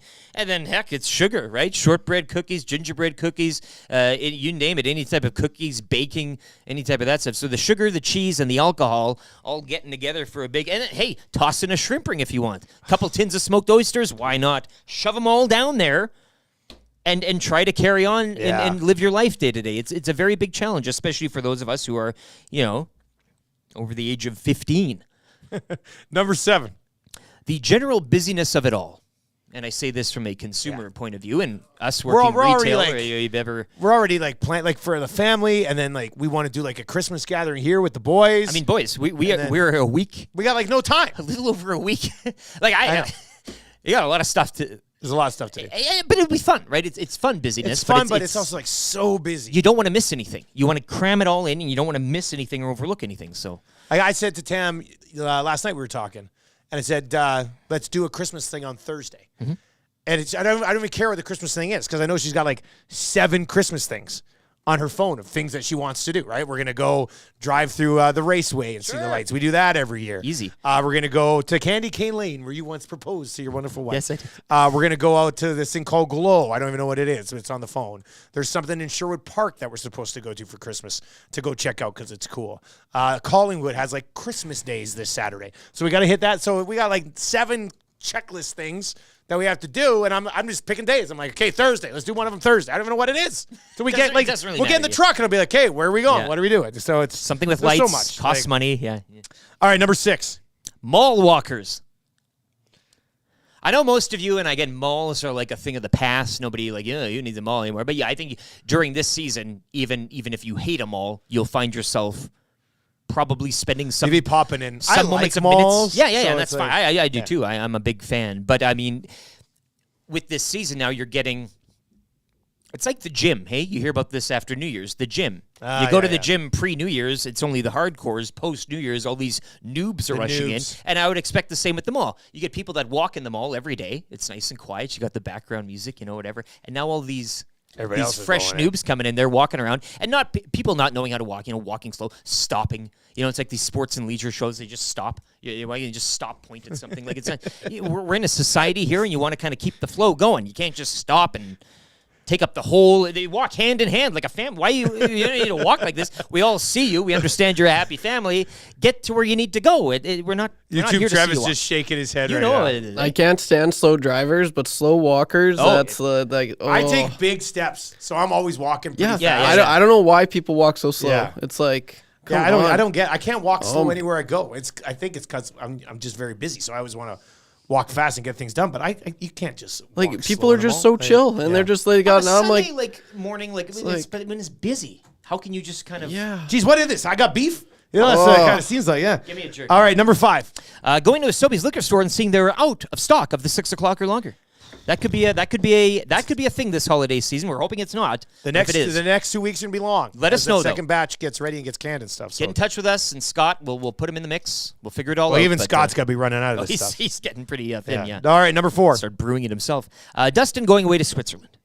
That's one of your sad things. Of course it is. Why wouldn't it be? Aw, I thanks. mean, we're happy for you, but every holiday season you are absent for a week. I know the family is one thing as well, but we there'll be a few shows around here that we miss with you. And God, it's only 4. Don't get. I always yourself say here, this is my last one, and I said that a couple years ago, and then I wasn't gonna go, and then Tammy's like, "But this is your tournament. You should go." I was like, "Fine, I'm back in, baby." And then I was like, "If I'm gonna go do that one, then I might as well do the next one."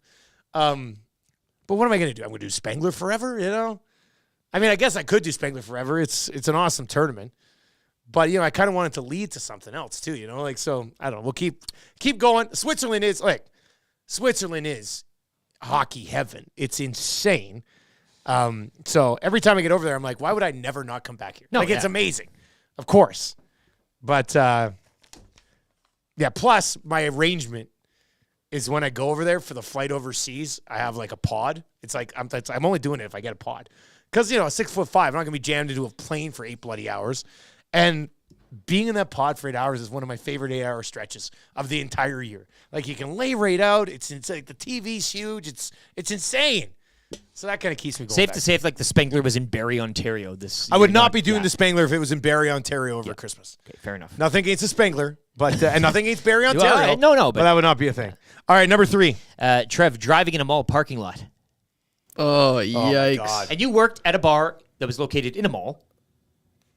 No. That BP's is just outside. Outside of Kingsway. Getting in there and out is yeah. I mean, you're now people have signal lights on that they're not even turning, and everybody's stopped. There's a 4-way stop and nobody's moving. There's a 3-way stop and one guy's stopping and all the other people, the signs are going through. Total chaos.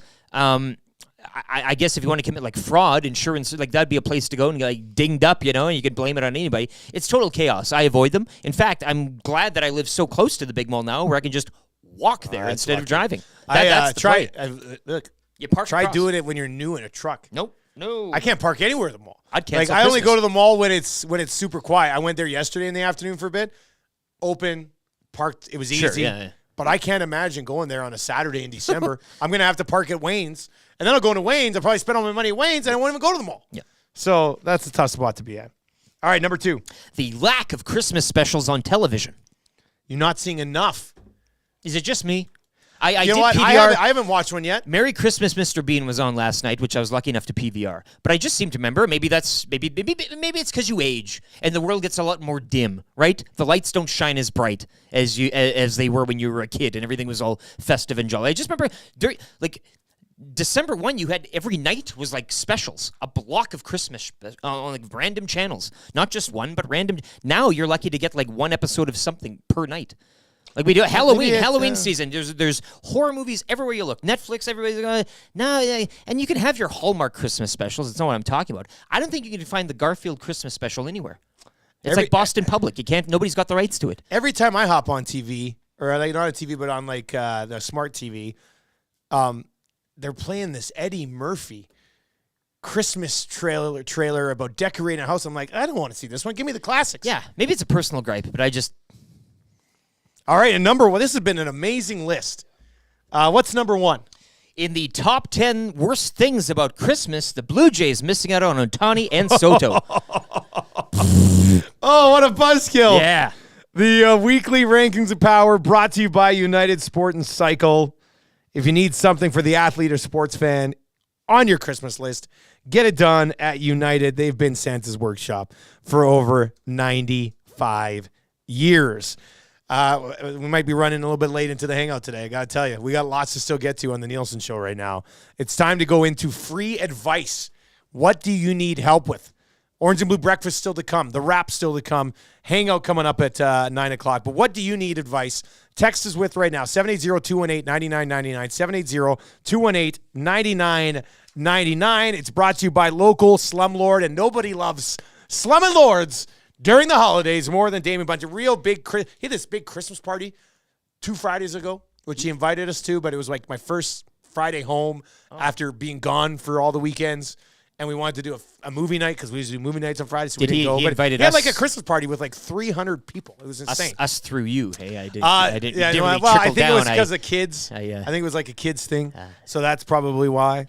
But yeah, this guy gets the holidays, man, and he gets how to buy and sell. He'll look after you. Go to DamonBunting.com or on Instagram at Damon Bunting Real Estate as well. He is one of the top consistently producing realtors for RE/MAX Elite in Edmonton and the surrounding area, and he's just a good dude. To be honest with you, you probably just want to become friends with him. DamonBunting.com is where you can find him. I get the dude pun there, hey, with the alley cat garb I that he didn't had mean to- on. No, but the Oh, dude, yeah, he was yeah, the yeah, dude. 'cause he I did mean, he have was that, the dude. Yeah. All right, so let's go. 780-218-9999 or in the nasty chat. Look, fantasy hockey advice, fantasy football advice, life advice. What do you need help with? 780-218-9999. Great reaction to your weekly rankings of power. Slow clap for LTE. Somebody who is like, this is depressing as hell. That's why it is today. We all have a bit of a grinchiness we'll get to us. back to the 12 days. Yeah, We'll back to the 12 days. Guys, the new Eddie Murphy movie is actually quite good. I guarantee your kids will love it. All right, maybe I'll take it for a run. All right, let's see here. Let's get into some advice. This is a good one. 780-218-9999. Boys, my wife keeps telling me I should know what she wants for Christmas, but I don't have a clue what it is. What should I do? Sounds like a new husband is what you want to say. Maybe you're not reading between the lines carefully enough here, eh? I mean, how many of you or how many of us are in this situation when it comes to Christmas time? Well, if you would have been listening to me this year, you would know what I want for Christmas. I've dealt with this a little bit myself as well. I still have to every year kind of sneakily find out what my wife's shoe/boot size is. That's always tough to do. She'll catch me in the closet. What I'll be are you like, doing? what's going on? No, nothing. I swear to God, I'm just looking at my shoes. I'm not looking at your shoes. So what do you do in this situation? I mean, what do you do, Rick? You have an honest conversation like, I want to get you what you want, but I'm not sure of what you want. So let's discuss what you want, and I'll get that for you. Or do you just you take a chance, and you just get something that you think she wants and hope it's the right thing? Well, I do this, and it's a confession, and I've done this multiple times, and I don't know to the length of which you've been together, but you consult the friends. You consult the circle. They tell friends, I mean, very candid stuff that you probably don't even know. You can get. Oh, you can get, so go into you the can get friend the make, circle. the model, the color, the brand, whatever she I like wants. that. I'm sure one of the friends would have picked up on it or heard, and you form this pact with them. You say, okay, give me the idea, and I'll, and then you've got, what is it in Game of Thrones, like the birds? You got these little birds that every time you need to know something about the wife, you just choose the friend, and they'll be able to tell you. It can happen. It's not a bad idea. Thing, And then when she goes, how would you know? And if you could just play it up like, oh, I know, but the friend would probably tell. So then you go, I just asked your friends. And she goes, you talk to my friends? And that's a good thing. The gift I think that that's a keeps good giving thing. here, yeah. You put in the effort to find out what it was. So that's good advice. I like that advice. What do you need help with? 780-218-9999. You got fantasy football decisions to make. It's almost playoff time. Fantasy hockey, life advice, work advice, relationship, holiday advice. What do you do? Nash says, I have no idea what to buy my wife, and she also tacked on the let's not buy anything big for each other. What the hell does that mean? Oh, man. I head to Dollarama? No. I mean, Tam said that to me last night, too. She goes, maybe we don't get each other like big things, and we just have time together. And I jokingly said to her, I said, I don't want to spend time with you. Keep the receipt. I make lots of funny jokes, so I think she thought it was a joke, so she laughed a little bit. But the worst thing you do is spring that conversation on your significant other after they've gone out and already. Yeah, you can't do that. Maybe we just tone it down this year, hey? Why does Christmas have to be so maybe we don't stressful? give gifts after you've visited Paris Jewelers a couple of times. Guys, don't talk to her friends without her liking it. It always leaves on the path. Do you find her pretty? Why do you talk to her? Oh, are you sure it's about gifts? No. You gotta nip that one in the bud early on. That's not a thing. I mean, I could see why. Yeah, business. that'd be It's a funny. business conversation. Yeah, straight up business conversation. Business conversation. Taking to Mr. Mike's. All right, here's another one. Came in 780-218-9999. I ride shotgun with a guy for work, and he picks the drive-through every single day. I've been with him for 8 months now. Should I begin to have some drive-through power at some point? What do you think about this? So you're obviously second in command. This guy's been dictating drive-thrus that you go through for 8 months. I mean, at some point you think this guy would be like, hey, do you want to pick the drive-thru today? Like, that would be a nice thing to do. Maybe you're working with a bit of a prick here, a power mongerer or whatever they say. What do you think, Rick? Should you bring this up? Should you say, hey, man, like maybe I could pick a drive-thru today? The story again goes, they pick the drive-through every day that you're going through? Is that it? Yeah, basically he said he's been riding shotgun with a guy for work for 8 months now, and this guy picks the drive-through every single day, and he wants to know when he can start picking So you're new on the job, you're riding shotgun. 8 months, It's been though. 8 That's not months, really new, though. You're past probation now. Probation would have been, Yeah. 3 months, 6 months at the most? You should have been asked. You should have at least once in those 8 months. Now, if you suggest something stupid, I could see the guy not going back to you based on that ask.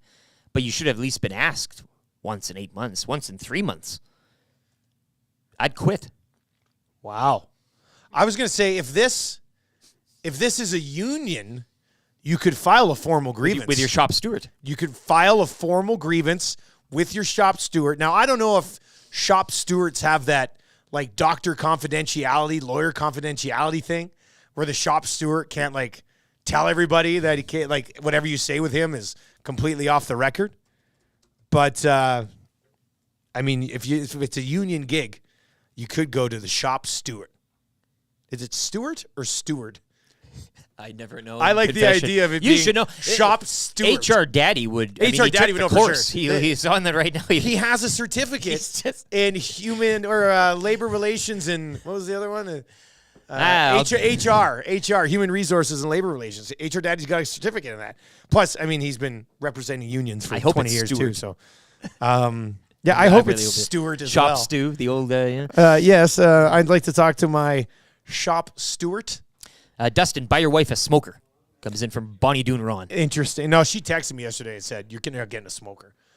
Did I not share this text? Oh, yeah, I think you did off air. Off air, yeah. So yesterday when we were talking about me getting a smoker, Tammy texted me and goes, you're not getting a smoker. You barbecued twice all last year, and it was burgers both times. Yeah. So she's clearly got some major, like, me barbecuing issues that she has to deal with. But that's different. Whatever. I mean, flipping burgers, you got to kind of watch. Smoke, you set it and forget it. Yeah. That's easy. More time with the family, Anyway, more time with the kids. The smoker got the nixed. smell. The smoker got nixed yesterday. My mom, which is probably my dad on YouTube as my mom, says shop steward. So it is with a D. But it should be with a I T. want That'd it be with funnier. a T. Come Shop on. Stewart would be. Hello, I'm Stewart. That would be funnier. Shop.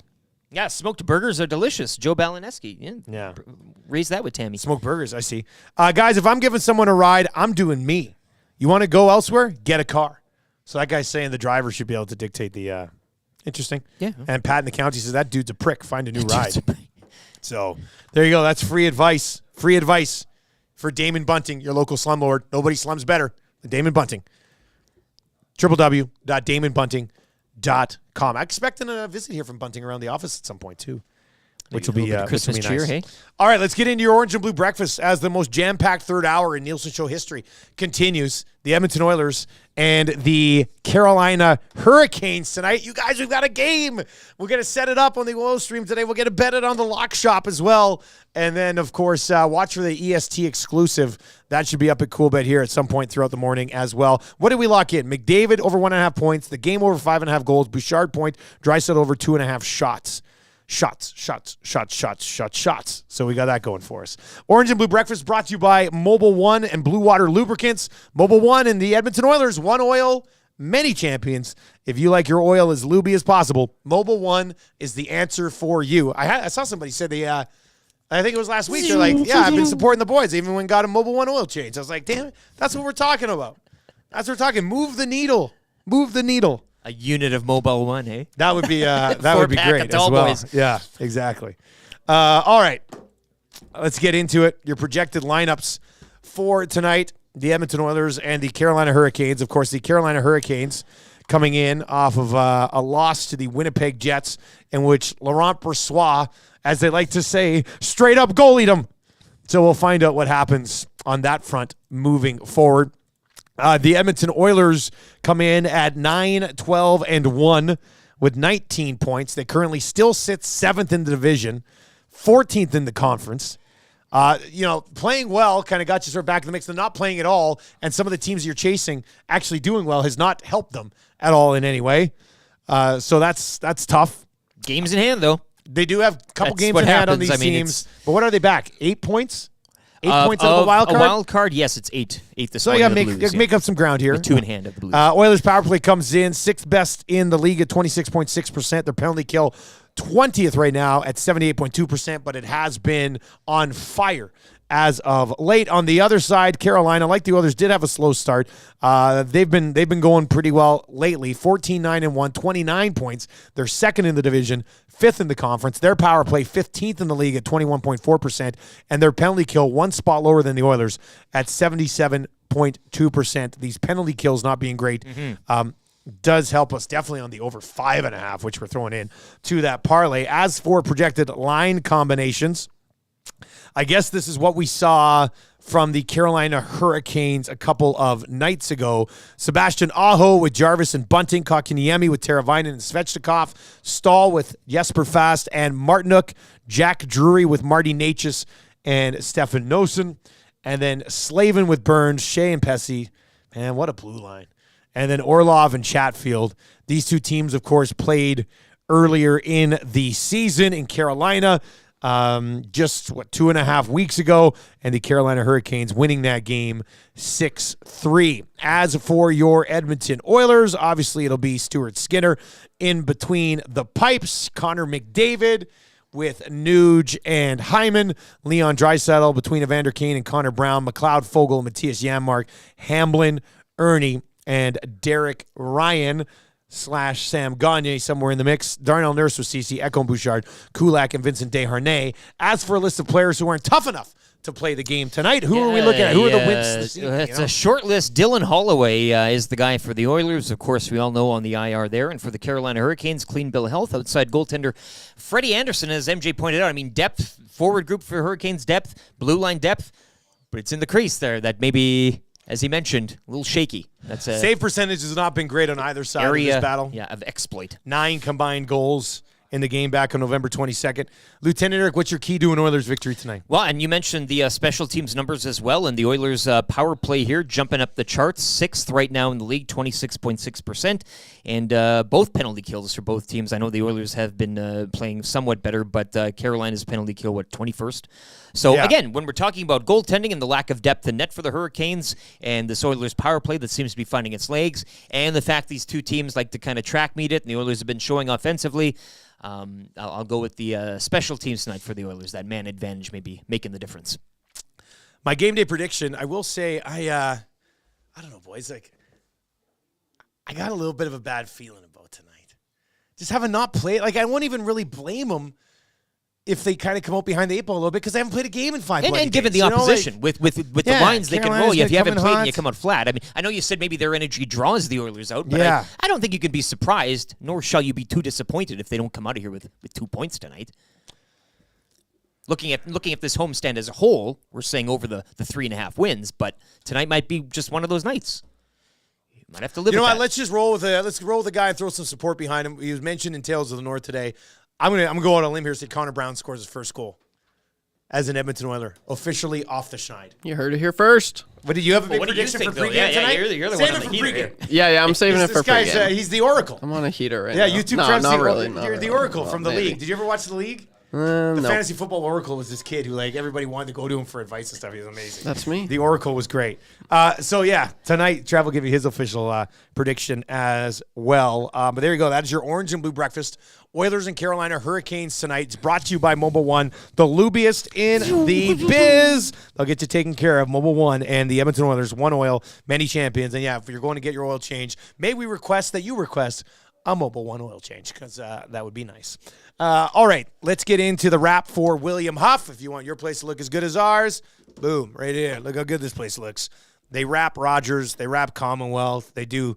If you can make McMahon look good, then you know you're doing your job That's right. the test, the industry test. Yeah. Yes, McMahon is not an ideal modern-day facility, but our friends at William Huff still wrap it right. They've been doing it since 1972. You can visit them online at williamhuff.com, and a huge shout out to Bruce and his team for helping us get things wrapped up here as well. Tommy Gazzola here yet, by the way? Oh, it's game day. Tommy won't be in. Okay, we'll let it slide. I was going to say, the bad news is that we still thought he might be coming in because he came in one day at 9:02. That's really that's it. What'd you learn on the show today, buddy? Yeah, well, I learned that I remembered that I took a picture of the crack pack list this morning, and I've since tweeted it out. It is done. It is complete. Thank you very much to Big Uke. The deal is 24 for 1 yesterday to close to get me over the line. Unbelievable. Suck it, crack pack. You've done it again. You got it. It's done. Locked it in. This guy is a monster. And he always has been when it comes to the crack pack. I also learned today that something's going on with Merzlikins because how did we have 2 packs today and we both pulled a card of his? That blows my mind. That was weird. That's really weird. But you'll be reading sports cards now moving forward on the show. You lay down 5. Whatever the player pulls, that's the Broberg That's how it works. package. That's the Broberg package deal. That's how it works. Let's see who's next. Eyes are closed. Oh, Shea Theodore. Okay. Yeah, sure. Perfect. Why not? Yeah, let's pull the trigger on that. The cards deal. say can't ignore That would be nice. Can I say something I learned? Yes, of course, Trev. Oh, nice. I learned that Eric has a voice of an angel. Oh, well, you're going to see it again. Oh, gosh. Because we're going to. I cannot wait. Do you have doing it again? We're going to do it again. It's all gonna be live sound now. of the day. This is great. Usually we go Tales of the North sound of the day here, but it's day 1 of Lieutenant Eric's 12 Days of Christmas. If you want to watch Tales of the North, Trav, you'll tweet it out later probably? Yes, Tales of the sir. North, we'll get that out later so you'll be able to watch that. Or you can just scroll back on YouTube till around 6:30. I like their Tales of the North today. Thought it was pretty good Tales today. All right, here we go. Let's get into your sound of the day. It is Lieutenant Eric, day 1 of the 12 Days of Christmas. Ready to roll, buddy?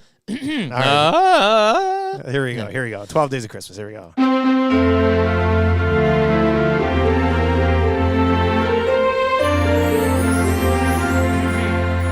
On the first day of Christmas, EST gave to me a black sedan guy being creepy. It's day 1. Day 1. Day 2 coming your way tomorrow morning right here on the Nielson Show. I cannot wait. I mean, what a great way to start it. But, it's funny because, One's easy. First day. Yeah, the black sedan second ended day, up being yeah, our okay. security team looking after a lot across the street. The Russian spot people are amazing.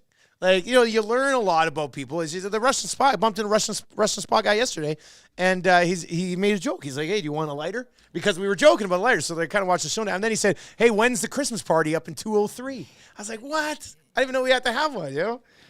It was good. Using those jokes in public from the show, I mean, that really... We know that, like that's pulling those deep cuts. We get you. Like if he says "conch me" as I'm walking out one of these days, I'm going to pass out. Like I just what don't want happened, to know. Eric? That You instantly passed out. You're like a chicken when they know a hawk's around. They don't move. They're just like goat. At least I saw that on TikTok the other day. Somebody thought it was a glitch in the Matrix. Somebody's like, they might have saw a hawk. So I got to learn more about chickens, I guess. All right, let's get to your text of the day for A&W. Who doesn't want this? $20 gift card to A&W, which could get you 4 Mama Burgers in the month of December, because you can enjoy 2 delicious A&W Mama Burgers for only $9.99. We are talking beef patty topped with pickles, onion, ketchup, mustard, and, of course, the teen sauce, all on a toasted sesame seed bun. That's good. That sounds real nice. I like it. Text of the day today. Lots of good Macala intros rolling in today. It comes down to... Was there a Naylor one inclusive? There was no... I did not see a Naylor one inclusive. Naylor will join us tomorrow. Probably not until about 8:30, because we have Rappaport tomorrow and Gazdick tomorrow. So we'll get to Naylor. We got to talk about some CFL stuff. We got to talk about Rourke. Is he going to get an opportunity? Rourke's brother enters the transfer portal in NCAA right now. So we'll get into some of that stuff tomorrow with Dave Naylor. All right, so let's go with one of these 3. EST legal analyst and guy who always picks out one person to maintain full eye contact with in the gym shower the whole time. EST legal analyst and guy who bills his clients in how many number of sleeps he worked on their case for. Or EST legal analyst and guy who couldn't have known that the never-ending pasta bowl at Olive Garden was essentially an irreversible pact with the devil. Eric Macala, what do you want to go with? Going shower. Shower? Okay, let's do it. Congratulations. Look who it is. And Trev had a little laugh on that one too, didn't you, Trev? That was funny. Who is it? Tube Socks. Okay. Tube Socks got it done. You know the drill. I think Tube Socks is going to be on the Hangout later this week. Must have been the Nasty Club win or something like that. EST legal analyst and guy who always picks out one person to maintain full eye contact with in the shower. Eric Macala. What are you watching tonight, buddy? Well, it's this afternoon, Premier League action. Match day 15 features a handful of matches, including Liverpool on the road battling table bottom Sheffield United. So in classic form, that should be a struggle. Should be an entertaining afternoon there, stressful as well. Oilers Hurricanes tonight.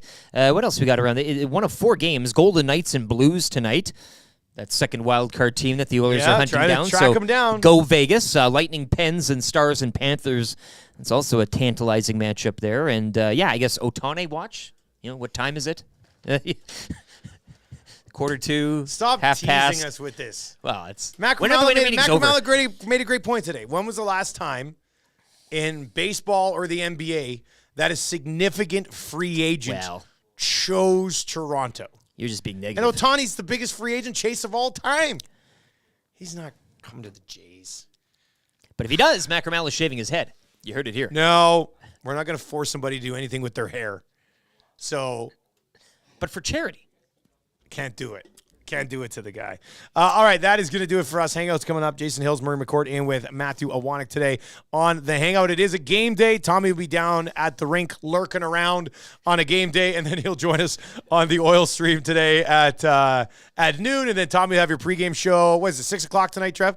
Trev and Tommy, the pregame show tonight at 6 o'clock. Lock Shop with Huss and I as well. We'll be setting up another slate in the NHL tonight. That is going to do it for us. I'm so happy that the 12 days of Christmas are up and running. The season starts. I can't wait today. for day 2. It's going to be great. For YouTube Trev, Lieutenant Eric, I'm Dustin Nielson. Tell your friends about the Nielson Show, uninterrupted every morning at EdmontonSportsTalk.com. We think they'll like it. Hopefully you like it too. Have a great day and take it easy.